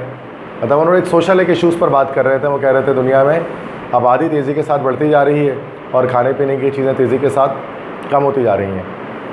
तो एक ऐसा वक्त आएगा कुछ सालों के बाद के फेमाइन दुनिया देखेगी। फेमाइन से मुराद कहत साली देखेगी। और खाना कम पड़ जाएगा लोगों के लिए। चूँकि हम फूड की प्रोडक्शन तेज़ी के साथ नहीं कर पा रहे हैं, उसकी सबसे बड़ी वजह यह है कि ज़राअत जो है ना वो नहीं हो पा रही, मतलब खेती बाड़ी नहीं हो पा रही, फसल ज़्यादा नहीं उगा पा रहे।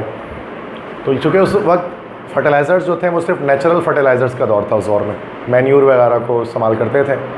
तो उस वक्त आर्टिफिशियल फर्टिलाइज़र दुनिया में नहीं बनाए जाते थे, सिंथेटिक फर्टिलाइज़र थे ही नहीं। तो और उसको बनाने के लिए अमोनिया गैस की यूज़ होती थी। तो यूरिया वगैरह कुछ भी बनाने अमोनिया चाहिए होता है, और अमोनिया गैस को बनाना मुश्किल इसलिए होता था कि अमोनिया गैस रिवर्सिबल प्रोसेस से बनता था। तो अमोनिया गैस से ना, अमोनिया गैस से ही आपका यूरिया वगैरह बनता है। लेकिन अमोनिया गैस को बनाना बड़ा मुश्किल है, क्योंकि अमोनिया गैस रिवर्सिबल रिएक्शन से बनता है, उस रिएक्शन को कंप्लीट नहीं किया जा सकता, वो it never goes to completion. तो फ्रिट्ज हेबर ने यही बात सोची कि मैं क्यों ना कोई ऐसा तरीका निकालो जिससे अमोनिया गैस को हम बड़ी तादाद में बना सकें। तो फाइनली उन्होंने हेबर्स प्रोसेस को डिस्कवर किया, दरियाफ्त किया, जिससे उनको नोबेल प्राइज़ में मिला। 1914 का नोबेल प्राइज़ था शायद, जो कि गया था फ्रिट्ज हेबर को। और उसके साथ एक और इनके जो है वो मेट थे, कार्ल बोश। तो वो उन्होंने इंजीनियरिंग वर्क किया था बेसिक सारा, इसलिए हेबर बोश प्रोसेस भी कहते हैं इसको। वैसे सादा नाम हेबर का ही आता है। इस तरह से दुनिया ने फर्टिलाइज़र बनाया, खाद बनाया, और बड़ी तादाद में फसलों की उगाई जो है वो शुरू की। और जो फेमाइन का ख़तरा था दुनिया में, कहत साली का, वो टल गया, और हर इंसान को पेट भर खाने को दुनिया के मिला। तो बड़ा काम था हेबर प्रोसेस का केमिस्ट्री के अंदर, जिसकी वजह से हम लोग इंडस्ट्रीज़ में बनाते हैं अमोनिया गैस को। तो अमोनिया गैस की इंडस्ट्री तो पाकिस्तान में भी लगी हुई है, आप देखोगे तो ये फौजी फर्टिलाइज़र बिन कासिम लिमिटेड है, FFBL, पोर्ट कासिम पर, यहाँ पर लगी हुई है अमोनिया की इंडस्ट्री। और भी कई जगहों पर लगी हुई है पाकिस्तान में ये हेबर प्रोसेस का जो इंडस्ट्री। तो इंडस्ट्रियल एप्लीकेशन मतलब हेबर्स ने क्या किया था, हेबर ने ली चार्टर्स प्रिंसिपल को फॉलो करते हुए बताया था कि किस तरह से maximum amount of ammonia gas की प्रोडक्शन हम कर सकते हैं। ठीक है, अब आपको पता है हेबर्स प्रोसेस की इक्वेशन क्या होती है। इक्वेशन होती है N2 + 3H2, और ये रिएक्शन एरो बना ये हमारे पास 2NH3, और ये रिएक्शन हमारे पास होता है एक्सोथर्मिक। तो नेगेटिव में वैल्यू हमारे पास यहाँ पर आती है ΔH की, और ΔH जब नेगेटिव आता है तो उसका मतलब रिएक्शन हमारा कैसे है भाई, एक्सोथर्मिक है। अब यहाँ पर अगर हमें इसको maximum amount of ammonia gas की प्रोडक्शन करनी है, तो हम ये कोशिश करेंगे कि रिएक्शन जो है वो फॉरवर्ड डायरेक्शन में मूव करे, फॉरवर्ड मूव करे, बैकवर्ड मूव ना करे। उसके लिए हम 4 तरह की चेंजिंग करेंगे। कंसंट्रेशन चेंज करेंगे, टेम्परेचर चेंज करेंगे, प्रेशर चेंज करेंगे, और रिएक्शन को फास्ट करने के लिए कोई ना कोई कैटलिस्ट यूज़ करेंगे। अब क्या किस तरह से चेंज करना है, कंसंट्रेशन चेंज। अगर हमें फॉरवर्ड रिएक्शन कराना है, किसकी कंसंट्रेशन को बढ़ाना पड़ेगा इसमें से, रिएक्टेंट की, बिल्कुल सही। तो concentration of N2 and H2 is increased, और किसकी कंसंट्रेशन को डिक्रीज़ करना पड़ेगा, प्रोडक्ट की concentration of ammonia is decrease. तो इन दोनों सूरतों में क्या होगा, रिएक्शन हमारा फॉरवर्ड मूव करेगा, जाएगा फॉरवर्ड। अब टेम्परेचर, अब चूंकि एक्सोथर्मिक रिएक्शन है तो कैसा करना होगा, बिल्कुल सही, लो टेम्परेचर पे रिएक्शन क्या होगा हमारा, फॉरवर्ड जाएगा, maximum amount of ammonia gas की प्रोडक्शन करेगा। अब लो टेम्परेचर में कितना टेम्परेचर हमारे पास रखना है, ये में रखना है 400 डिग्री सेंटीग्रेड से लेकर 500 डिग्री सेंटीग्रेड तक टेम्परेचर होना है। ये लो टेम्परेचर ही है, चूँकि इसका एक्चुअल टेम्परेचर बहुत हाई होता है, इसको कम करके 400 से 500 पे रुकते हैं। ठीक है, प्रेशर कैसा होगा, यहाँ पे आप देख सकते हैं हाई प्रेशर ना, यही तो इक्वेशन है, हाई प्रेशर रखेंगे ना भाई, हाई प्रेशर पे फॉरवर्ड जाएगा, हाई प्रेशर। अब हाई प्रेशर में 200 ATM से लेकर 300 ATM तक प्रेशर हमें रखना है रिएक्शन को फॉरवर्ड कराने के लिए। और कैटलिस्ट यूज़ कर लेंगे, कैटलिस्ट में छोटे छोटे पीसीस हैं होते हैं आयरन के, इसको हम कहते हैं फाइनली डिवाइडेड आयरन। आयरन के छोटे छोटे पीसीस हैं, या पाउडर जैसा आयरन होता है, पाउडर्ड आयरन को फाइनली डिवाइडेड जो है वो पीसेज ऑफ आयरन को इस्तेमाल किया जाता है, जो क्या करते हैं फॉरवर्ड रिएक्शन जो जा रही होती है इसकी स्पीड को इंक्रीज़ करता है। इससे क्या होता है, अगर ये तमाम कंडीशंस को आप मेंटेन कर दें तो by doing all this you can get the maximum amount of ammonia gas. So this process is called Haber process, in which Lee-Chatelain's principle can be applied for the maximum production of ammonia gas। ठीक है, सही है। ठीक है, तो अब हम इसमें देखते हैं नेक्स्ट टॉपिक सॉल्युबिलिटी प्रोडक्ट। अब सॉल्युबिलिटी प्रोडक्ट किसे कहा जाता है, इसको समझने के लिए आपको एक चीज़ समझनी पड़ेगी कि हम जो है वो सॉल्ट कितने टाइप्स के होते हैं। ठीक है, तो सॉल्युबिलिटी प्रोडक्ट को समझना है तो सबसे पहले आप सॉल्ट को देख लें कि सॉल्ट जो है ना, जो सॉल्ट होते हमारे पास होते हैं, तो सॉल्ट हमारे पास दो टाइप्स के होते हैं। एक हमारे पास कहलाता है कौन से भाई, हाईली सॉल्युबल सॉल्ट, और एक हमारे पास होता है this is called slightly soluble salt या sparingly soluble salt. Slightly soluble salt, इसी को जो है हम लोग वो स्लाइटली सॉल्युबल सॉल्ट या इसको हम लोग स्पैरिंगली सॉल्युबल सॉल्ट भी कहते हैं, जो पानी में कम डिज़ोल्व होता है। अब स्लाइटली हाईली सॉल्युबल सॉल्ट जैसे कि हमारे पास 1A ग्रुप के सॉल्ट हैं, 2A ग्रुप के सॉल्ट हैं। ये 1A ग्रुप के जो सॉल्ट होते हैं वो सारे हाईली सॉल्युबल सॉल्ट होते हैं, जैसे सोडियम क्लोराइड हो गया, सोडियम ब्रोमाइड हो गया, सोडियम आयोडाइड हो गया, ETC, ये हाईली सॉल्युबल सॉल्ट हैं। और स्लाइटली सॉल्युबल सॉल्ट क्या होता है, जो 2A ग्रुप से ताल्लुक़ रखते हैं या फिर जिनके फॉर्मूले में लेड आ जाए या सिल्वर आ जाए, ये सॉल्ट हमारे पास स्लाइटली सॉल्युबल सॉल्ट होते हैं। जैसे कैल्शियम कार्बोनेट आ जाए या लेड क्लोराइड PbCl2 आ जाए या फिर AgCl आ जाए, स्लाइटली सॉल्युबल सॉल्ट हैं। तो यहाँ पर हम एक चीज़ देखते हैं कि जो हमारे पास जो स्लाइटली सॉल्युबल सॉल्ट होते हैं उनके अंदर एक इक्विलिब्रियम अचीव होती है जिसको हम लोग कहते हैं आयोनिक इक्विलिब्रियम, जबकि हाईली सॉल्युबल सॉल्ट के अंदर नो आयनिक इक्विलिब्रियम, इसके अंदर कोई आयनिक इक्विलिब्रियम अचीव नहीं होती। तो अब यहाँ पर हम क्या करते हैं, आयनिक इक्विलिब्रियम हमारे पास जो अचीव होती है this is slightly soluble salt में होती है, हाईली सॉल्युबल सॉल्ट में नहीं होती है। तो हमें इनको पढ़ना होता है सॉल्युबिलिटी प्रोडक्ट में। अब सॉल्युबिलिटी प्रोडक्ट क्या चीज़ होती है इसको मैं आपको बताता हूँ। इसके लिए हम एक डेरिवेशन करते हैं। मिसाल के तौर पे हमारे पास एक सॉल्ट है AgCl, सिल्वर क्लोराइड। हमने AgCl को लिया और हमने इसको पानी में डाला, तो ये Ag प्लस और Cl माइनस में टूट गया वाटर में डिज़ोल्व करने पर। ठीक है, आइंस आ गए। तो ये तो हमारे पास सॉलिड स्टेट में था और ये हमारे पास एक्वस साइंस हमारे पास यहाँ पर इस्टेब्लिश हो गए उसके। अब अगर हम इसमें Kc निकालना चाहें इसका, तो Kc निकल सकता है। इक्विलिब्रियम रीच कर जाएगा, एक वक्त आएगा इक्विलिब्रियम रीच कर जाएगा, रिवर्सिबल रिएक्शन है। तो Kc किसके बराबर हो जाएगा, Kc बराबर हो जाएगा concentration of product upon reactant, Ag plus और Cl माइनस अपॉन AgCl। ठीक है, अब ये जो AgCl है ना, याद रखिएगा कि चूँकि ये सॉल्यूशन जब ये इक्विलिब्रियम पर पहुँचेगा, जैसे ये रिएक्शन जब इक्विलिब्रियम पर पहुँचेगा तो इक्विलिब्रियम पर ये सॉल्यूशन हो जाएगा सैचुरेटेड, है ना भाई। मैंने क्या बताया था, जब कोई रिएक्शन इक्विलिब्रियम तक पहुँचता है तो उसके बाद उसके अंदर कोई फर्दर चेंज नहीं आता है, तो ये सैचुरेट होने तक डिज़ोल्व होता रहेगा। और जब ये सैचुरेट हो जाएगा तो उसके बाद और डिज़ोल्व नहीं हो पाएगा। इसके मतलब जो AgCl है वो बचा रह जाएगा और इसकी जो अमाउंट होगी वो कांस्टेंट हो जाएगी। तो ये जो सॉलिड AgCl है, सिल्वर क्लोराइड, ये कैसा रहेगा, ये हमारे पास कांस्टेंट रहेगा। और Kc तो हमें पता है होता है कांस्टेंट है, तो दोनों कांस्टेंट को एक तरफ कर लेते हैं। ये हो जाएगा Kc multiply by concentration of AgCl बराबर हो गया Ag plus and Cl minus. और आपको पता है Kc और AgCl जब ये मल्टीप्लाई होंगे दोनों कांस्टेंट मिलकर एक नया कांस्टेंट बनाएंगे, इसको हम लोग क्या बोलेंगे, Ksp is equal to concentration of Ag plus और कंसनट्रेशन ऑफ Cl माइनस। ये हमारे पास डेरिवेशन इसकी हो गई है ना भाई, देखा है इस तरह से होती है। अब ये जो Ksp है, इस Ksp को क्या कहा जाता है, यही Ksp, Sp for solubility product, इसी को हम लोग कहते हैं सॉल्युबिलिटी प्रोडक्ट। चूँकि ये इक्विलिब्रियम पर जो सॉल्युबिलिटी होती है उसका प्रोडक्ट होता है। ये Ag और Cl के जो कंसनट्रेशन है सॉल्युबिलिटी को बता रहा है, जो सॉल्युबल सॉल्ट है, और ये दोनों मल्टीप्लाई हो रहे थे, ये प्रोडक्ट है सॉल्युबिलिटी का, इसलिए हम Ksp कहते हैं। Ksp क्या है, जो सॉल्युबिलिटीज़ है उनका प्रोडक्ट होता है। ठीक है बच्चों, समझ में आ गई बात।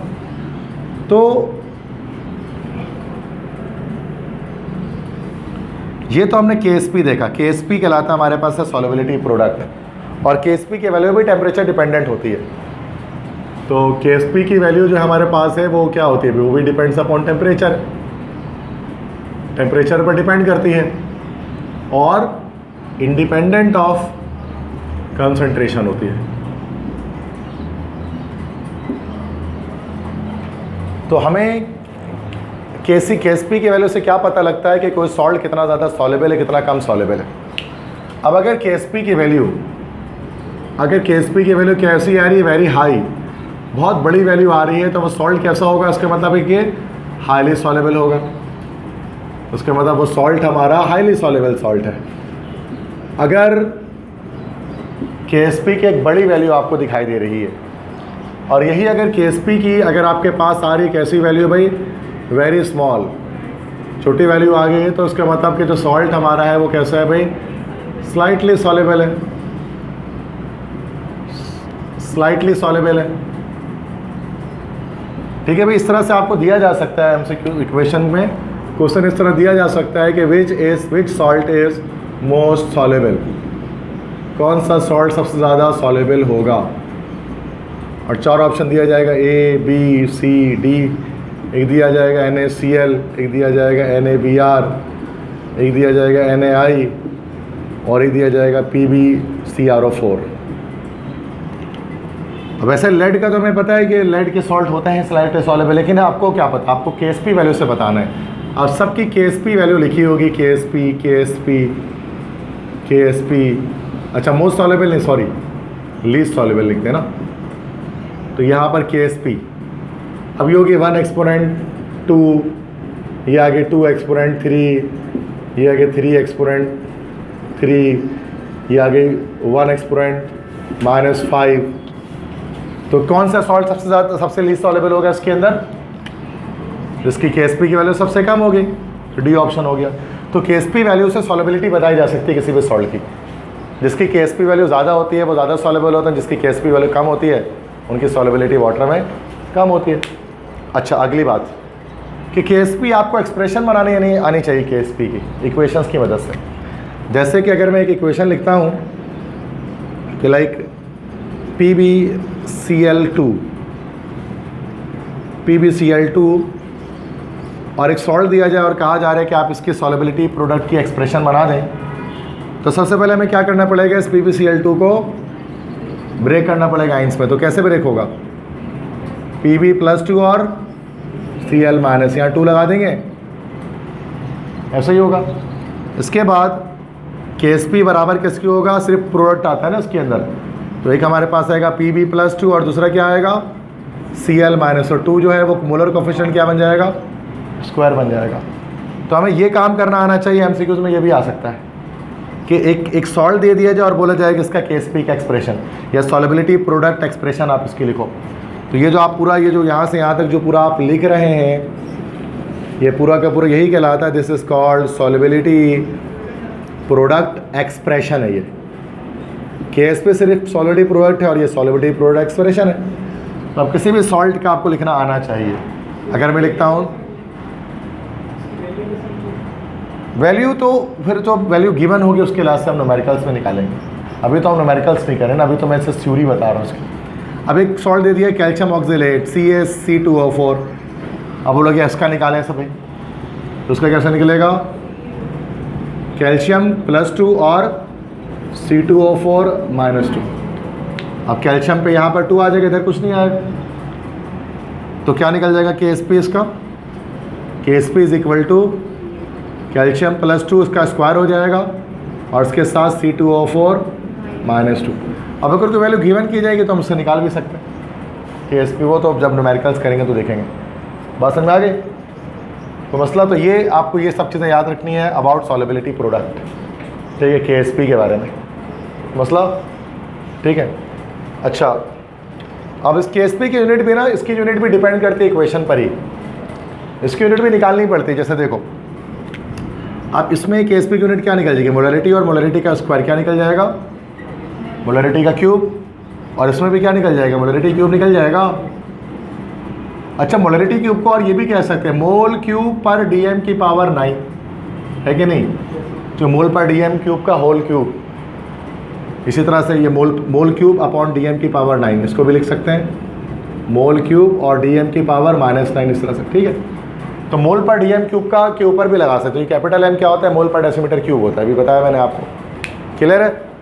तो सिंपल आपको याद रखना है सॉल्युबिलिटी प्रोडक्ट जो KSP है वो क्या चीज़ होती है, इक्विलिब्रियम पोजीशन पर या जब एक सॉल्ट सैचुरेटेड हो जाता है तो उस वक्त जो उनके जो डिजॉल्व आइंस होते हैं उनकी कंसंट्रेशन का प्रोडक्ट हमारे पास क्या कहलाता है, सॉल्युबिलिटी प्रोडक्ट। ठीक है, तो हम इसको अगर डेफिनेशन लिख लें सॉल्युबिलिटी प्रोडक्ट की तो क्या आ जाएगी कि the product of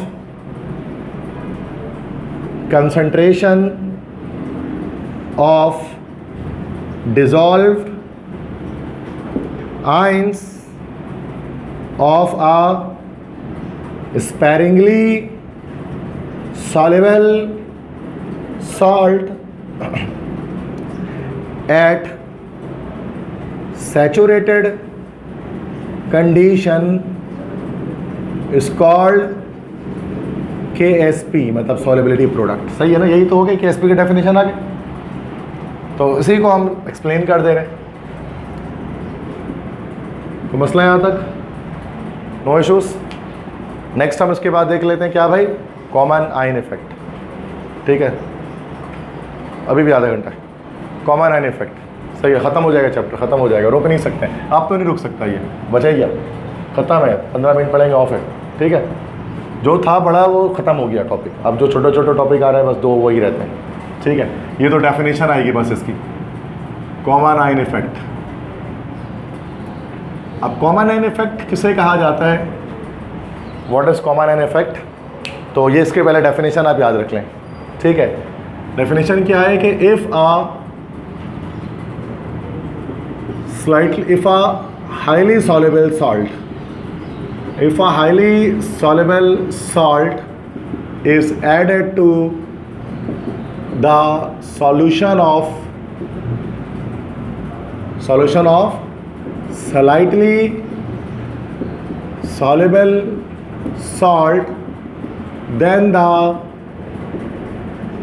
solubility of, या having a common ion भी लिखेंगे, having a common cation or anion,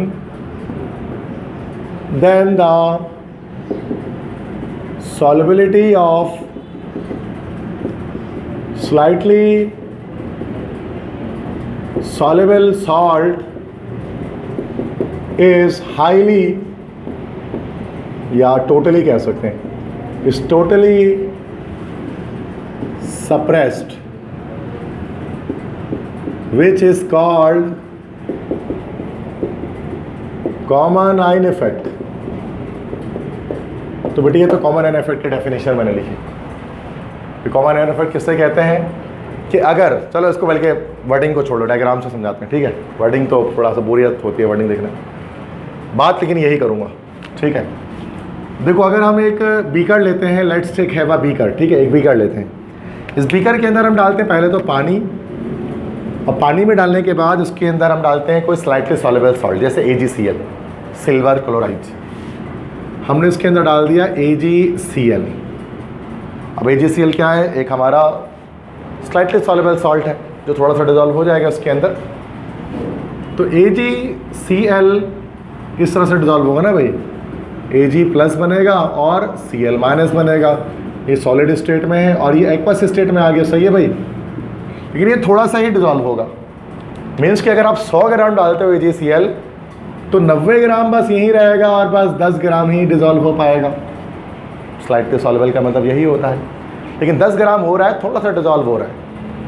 अब क्या करें, इसके अंदर हम एक दूसरा सॉल्ट डालें, एक और सॉल्ट हम इसको ऊपर से इसके अंदर डाल दें।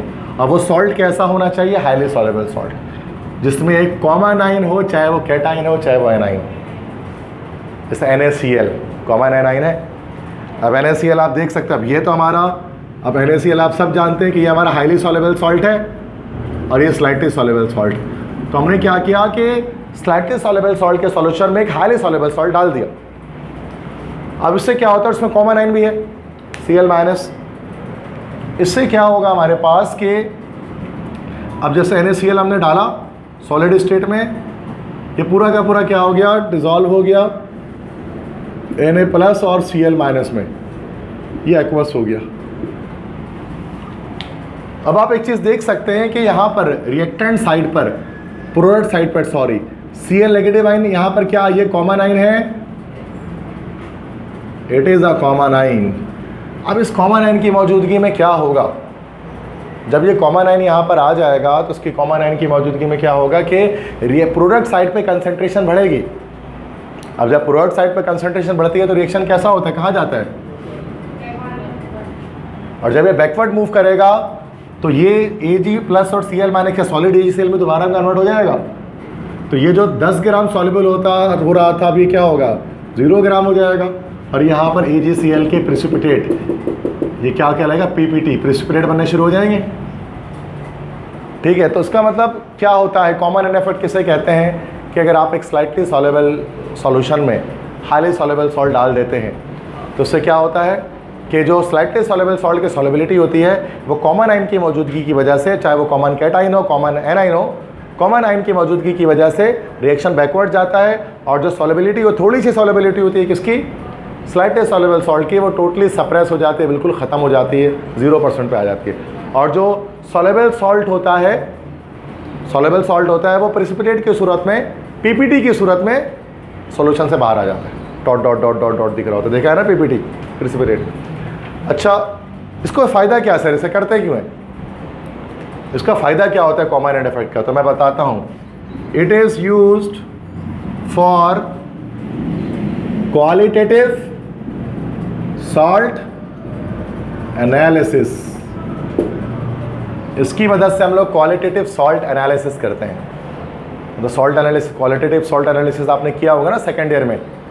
सेकेंड ईयर में जो केमिस्ट्री का प्रैक्टिकल है तो उसमें सॉल्ट एनालिसिस तो करते हो आप लोग, करते हो ना भाई, डिफरेंट सॉल्ट को। तो उसमें अक्सर प्रेसिपिटेट बनते हैं, PPT बनते हैं, जामुन का शरबत, फालसे का शरबत, चॉकलेट का शरबत, गुड़ का शरबत, देखा बनते हुए, अलग अलग कलर, लाल, पीला, नीला, हरा, नहीं देखा, देखा है। शरबत नहीं होता, वो प्रेसिपिटेट्स होते हैं।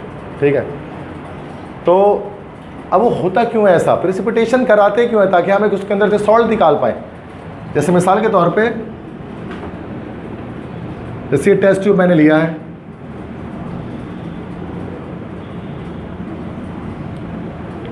अब इस टेस्ट ट्यूब के अंदर मैंने एक सॉल्ट डाल दिया है, मान लेते हैं इसके अंदर एक सॉल्ट डला हुआ है, और वह सॉल्ट डला हुआ है कौन सा, जैसे कि सोडियम आयोडाइड डला हुआ है। ठीक है बेटा, NaI। अब ये पूरा ट्रांसपेरेंट क्लियर सॉल्यूशन है, और NaI एक ऐसा सॉल्ट है, आपको पता है हाईली सॉल्युबल सॉल्ट है, ये है ना, हाईली सॉल्युबल सॉल्ट है। अब मुझे चेक करना है कि इसमें आयोडीन है कि नहीं है, आयोडाइड है कि नहीं है। मैं क्या करूँगा, कुछ भी नहीं करना है मुझे, यहाँ से मैं इसके अंदर AgI सिल्वर आयोडाइड डाल दूंगा। अब सिल्वर आयोडाइड कैसा सॉल्ट होगा,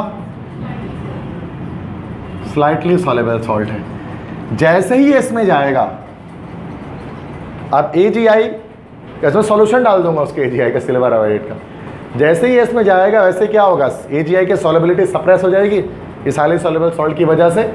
और ये AgI का आपको क्या मिलेगा बेटा, येलो प्रेसिपिटेट। आयोडीन को ऐसे चेक करते हैं प्रेसिपिटेशन में, जब भी येलो PPT आता है बोलते हैं आयोडीन में भी प्रेजेंट। तो आयोडीन किसका आता है, इक्वेशन में साइड पे लिख भी रहे होते हैं AgI येलो PPT, उसके नीचे एरो ऐसे बना रहे होते हैं, डाउन एरो। ठीक है, तो ये जो हम सॉल्ट एनालिसिस के लिए इस्तेमाल करते हैं कि हमारे पास ट्रांसपेरेंट क्रिस्टल क्लियर सॉल्यूशन है, अब कौन सा सॉल्ट काइन उसके अंदर मौजूद है, तो कई बार हम उसमें PPT बनाते हैं, फलाना PPT अपीयर्ड तो फलाना में भी प्रेजेंट। पूरा सेकेंड ईयर केमिस्ट्री का जर्नल इसी बात से भरा होता है ना भाई, कि नहीं। अब प्रैक्टिकल किया भी होगा तो पता होगा, जब भी फ्रेश स्टूडेंट्स हैं, अभी तो प्रैक्टिकल चल ही रहे होंगे कुछ, और कुछ ने कर लिए होंगे। तो मसला आया था। उसके बाद हम टॉपिक आज डिस्कस करेंगे चैप्टर 6 का। इस टॉपिक को हम कहते हैं बफर या बफर सॉल्यूशन। अब बफर किसे कहा जाता है, व्हाट इज़ बफर। तो अच्छा, कराची में यहाँ से करीबी एक इलाका है, उसको बफर जोन कहते हैं। है कोई रहता है बफर जोन में, कोई बफर जोन से है यहाँ से, नहीं कोई नहीं, देखा तो है, ये सामने ये पीछे, ये ज़्यादा दूर नहीं है, वागन चौरंगी से उधर नमक बैंक के पास, ये बफर जोन का इलाका है। क्यों कहते हैं उसको बफर जोन,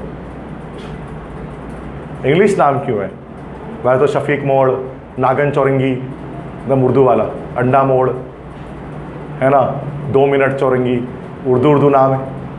लेकिन ये इसका बड़ा इंग्लिश नाम है बफर जोन। ये क्या मतलब इसके? अरे बेटा ये सब तो बात की बात है ना, अभी जो मैं बता रहा हूँ बफर जोन का नाम बफर जोन क्यों है ये बताओ मुझे, तो वो खुद ब खुद समझ में आ जाएगा। हाँ जी, वो आप सही कह रहे हो, वो डेफिनेशन सबको पता है बफर की। मैं क्या पूछ रहा हूँ आपसे कि बफर जोन को बफर जोन क्यों कहते हैं? ऐसा ही नहीं पता। तो बफर का मतलब होता है जो दो चीज़ों को जुदा करे, सेपरेट करे, that is called a buffer. English dictionary में मीनिंग यही है बफर की, दो चीज़ों को सेपरेट करे। जो बफर जोन का जो इलाका है ना, बफर जोन का पूरा जो रोड है 15A2 16A2 जो पूरा सेक्टर चलता है, तो वो नॉर्थ कराची को नॉर्थ नाज़िमाबाद से सेपरेट करता है। बफर जोन को एक तरफ नॉर्थ कराची है, दूसरी तरफ नॉर्थ नाज़िमाबाद है, ऐसा ही है। अब सोचना आपको पता लग जाएगा। तो ये बफर जोन जो रोके या फिर जो दो चीज़ों को मिलने से रोके, दैट्स बफर। यही सेम कॉन्सेप्ट बफर सॉल्यूशन में हमारे पास आता है। जैसे आप बता रहे हो ना, बिल्कुल आपने सही बताया बेटा, ठीक है, परफेक्ट आंसर दिया आपने। ये डेफिनेशन जो आप बता रहे हो वही है। तो बफर क्या है? It resists any change of pH, यही है ना बफर, सिंपल। पीएच के चेंज को रेजिस्ट करता है, पीएच को चेंज होने से, पीएच को तब्दील होने से रोकता है, सेम रखता है, कांस्टेंट रखता है। अब कोई भी सॉल्यूशन है ना बेटा, उसका पीएच चेंज हो सकता है। अब उसको डिटेल में समझो जरा इस बात को। जैसे देखिए,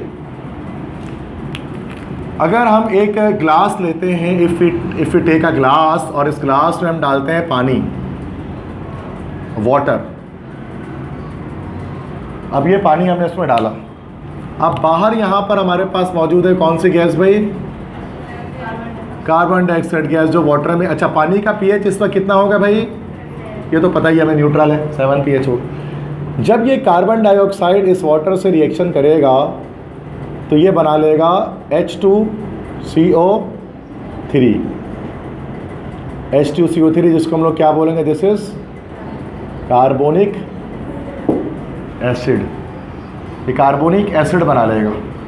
अब कार्बोनिक एसिड बनने की वजह से क्या इसका पीएच 7 रहेगा? नहीं, बल्कि पीएच क्या हो जाएगा? लेस देन 7 हो जाएगा। तो पानी का पीएच खुद ब खुद ड्रॉप होगा अगर हवा में आप इसको खुला ऐसे ही छोड़ दो, because of this specific reaction.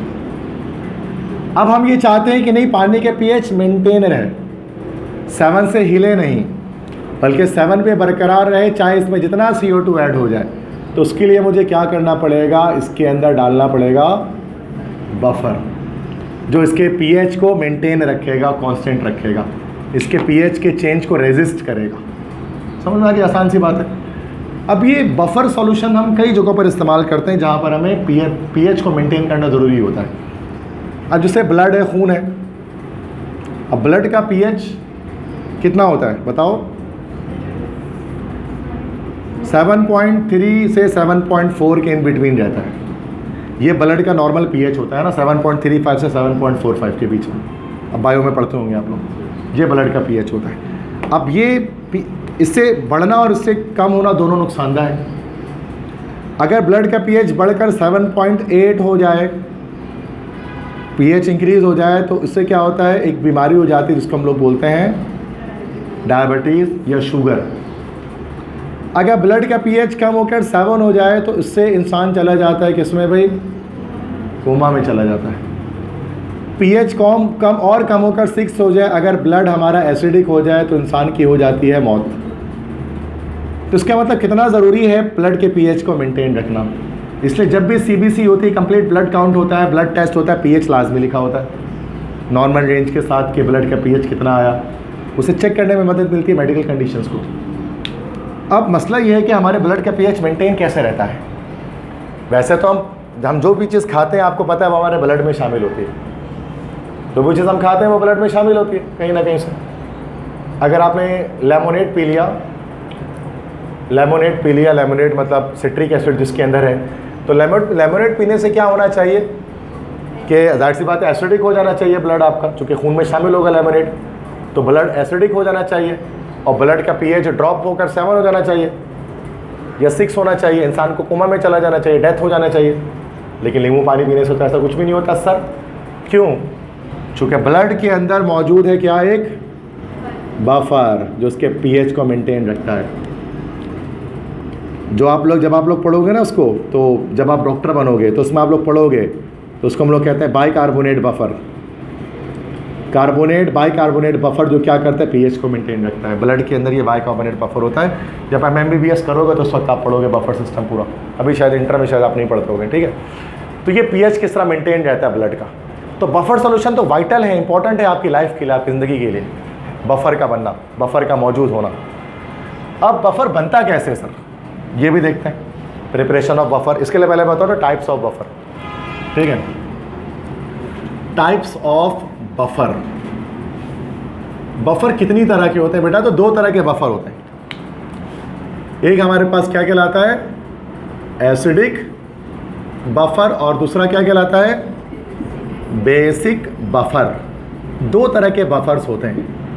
अब दोनों के बनने का तरीका अलग अलग है। एसिडिक बफर कैसे बनता है, जब भी एक वीक एसिड लेंगे और इसके साथ, वीक एसिड के साथ उसका बेसिक सॉल्ट लिया जाएगा, तो उससे हमारे पास जो चीज़ बनेगी उसको क्या बोलेंगे, एसिडिक बफर। अब क्या मिसाल के तौर पे वीक एसिड लेते हैं, वीक एसिड एक ले लेता हूँ मैं, जैसे कि ये बहुत इंपॉर्टेंट एमसीक्यू ये भी ज़रा बफर का पूछते हैं कि which of the following represents a buffer, तो उसमें प्लस प्लस करके अलग अलग लिखा होता है, तो उसमें हमें चेक करना पड़ता है कि कौन सा बफर है कौन सा बफर नहीं है। ये भी एमडीकैट में आता है। तो वीक एसिड लेते हैं, वीक एसिड में क्या लेते हैं बेटा, CH3COOH ले लें, वीक एसिड होता है, ये नहीं होता वीक एसिड। क्या नाम है इस एसिड का, एसिटिक एसिड, बिल्कुल सही। आप इसका एक बेसिक सॉल्ट लें। बेसिक सॉल्ट कैसे बनता है, बेसिक सॉल्ट कैसे बनता है, जब स्ट्रॉन्ग बेस से रिएक्शन होता है वीक एसिड का। तो अगर हम एसिटिक एसिड लेते हैं और उसका स्ट्रॉन्ग बेस से रिएक्शन करते हैं NaOH से, तो प्लस माइनस ऐसे बढ़ेगा, न्यूट्रलाइजेशन होगी, तो क्या बनेगा, बेसिक सॉल्ट CH3COONA बनेगा, प्लस वाटर आता है, रिएक्शन करना ये वाला। तो हमारे पास मतलब ये एसिटिक एसिड लिया और इसका बेसिक सॉल्ट लिया, मतलब क्या लिया, CH3COONA। समझ में आया बेसिक सॉल्ट क्यों है ये। जो बेसिक सॉल्ट कब बनता है, जब वीक एसिड मिलता है स्ट्रॉन्ग बेस से। तो ये जो हमारे पास बना ये एक एसिडिक बफर है, जो एसिटिक एसिड और सोडियम एसिटेट से मिलकर बनता है। चूँकि वीक एसिड से बना तो एसिडिक बफर ये हमारा कहलाता है। अब बेसिक बफर क्या होगा भाई, बेसिक बफर में क्या होगा, अब इसको बस बनाने का तरीका अलग है, काम दोनों का सेम है। दोनों ही पीएच के चेंज को रेजिस्ट करते हैं, मेंटेन रखते हैं कांस्टेंट पे। हाँ बिल्कुल सही कहा, कौन कह रहे हैं, आप कह रहे हो, गुड। यहाँ पर बेसिक बफर में क्या करेंगे, वीक बेस लेंगे और स्ट्रॉन्ग एसिड नहीं, वीक बेस लेंगे और इसका एक बेसिक सॉल्ट के बजाय कैसा सॉल्ट लेंगे, एसिडिक सॉल्ट लेंगे, तो उससे क्या बनेगा, बेसिक बफर बनेगा। तो याद रखो कभी भी स्ट्रॉन्ग एसिड या स्ट्रॉन्ग बेस इसमें नहीं लेते हैं, वीक एसिड और वीक बेस ही आता है। अगर वीक बेस आया तो एसिडिक सॉल्ट और वीक एसिड आया तो बेसिक सॉल्ट। अब वीक बेस उठाते हैं, वीक बेस सबसे आसान जो हम लोगों को पता होता है, जिसका नाम याद रहता है हमेशा, वो क्या होता है, NH4OH, अमोनियम हाइड्रोक्साइड। ये बच्चे को पता होता है, और हैं तो बहुत सारे, ये आसान है। इसको हम लोग बोलते हैं, इसका नाम क्या होता है, अमोनियम हाइड्रोक्साइड। अब इसके साथ ये वीक बेस आया, इसके साथ लेते हैं एक एसिडिक सॉल्ट। अब इसका एसिडिक सॉल्ट भी यहाँ पर मैं बना देता हूँ। इसका एसिडिक सॉल्ट कब बनता है, जब वीक एसिड का रिएक्शन किससे होता है, सॉरी वीक बेस का रिएक्शन होता है स्ट्रॉन्ग एसिड के साथ। जब भी स्ट्रॉन्ग एसिड हो और वीक बेस हो तो हमारे पास क्या बनता है, एसिडिक सॉल्ट बनता है। तो प्लस माइनस प्लस से जुड़ा, प्लस माइनस से जुड़ा, क्या बना, NH4Cl plus H2, NH4Cl ammonium chloride. कौन सा सॉल्ट होता है एसिडिक सॉल्ट ये। तो NH4Cl और NH4OH को मिलाएंगे तो हमें क्या बनेगा, हमारा बेसिक बफर बनेगा। मतलब अमोनियम हाइड्रोक्साइड और इस साथ की में क्या है, ये दिस इज अमोनियम क्लोराइड। तो बेटा क्या क्या मैंने यहाँ पर आपको समझाया, अभी मैंने आपको ये बताया कि बफर जो है वो दो तरह का होता है, एसिडिक बफर और बेसिक बफर। दोनों का काम सेम है, दोनों ही क्या करेंगे, पीएच को मेंटेन करेंगे, लेकिन दोनों के प्रिपरेशन का मेथड अलग अलग है। एसिडिक बफर, पहले तो आपका एसिडिक बफर कैसे बनेगा, वीक एसिड से। बेसिक बफर बनेगा वीक बेस से। वीक एसिड के साथ क्या लेना है आपको, बेसिक सॉल्ट, और वीक एसिड के साथ लेना है आपको, सॉरी वीक एसिड के साथ लेना बेसिक सॉल्ट, और वीक बेस के साथ लेना एसिडिक सॉल्ट। और एसिडिक सॉल्ट कैसे बनता है, बेसिक सॉल्ट कैसे बनता है, मैंने आपको बता दिया। क्लियर है। आखिरी बात के साथ मैं इसको ख़त्म करूँगा ओवरऑल, और वो बात होती है बफर कैपेसिटी। ये एक डेफिनेशन है, ये भी समझ लीजिएगा कि बफर कैपेसिटी किसे कहा जाता है, what we call buffer capacity. तो the maximum amount of acid और base which can be added to a buffer until its pH is changed is called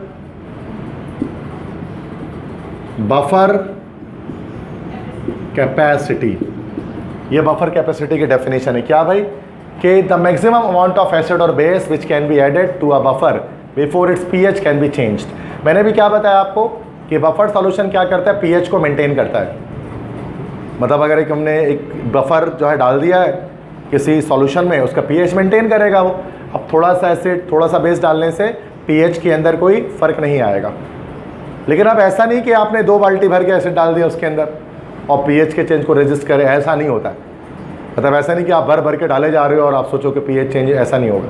बल्कि एक ख़ास एक अमाउंट होती है, एक अमाउंट होती है कि इतने मिली, इतने cm³ तक, इतने ml तक, ये इतने ग्राम तक, ये जो बफर है ये क्या कर सकेगा, बर्दाश्त कर सकता है एसिड और बेस के एडिशन को।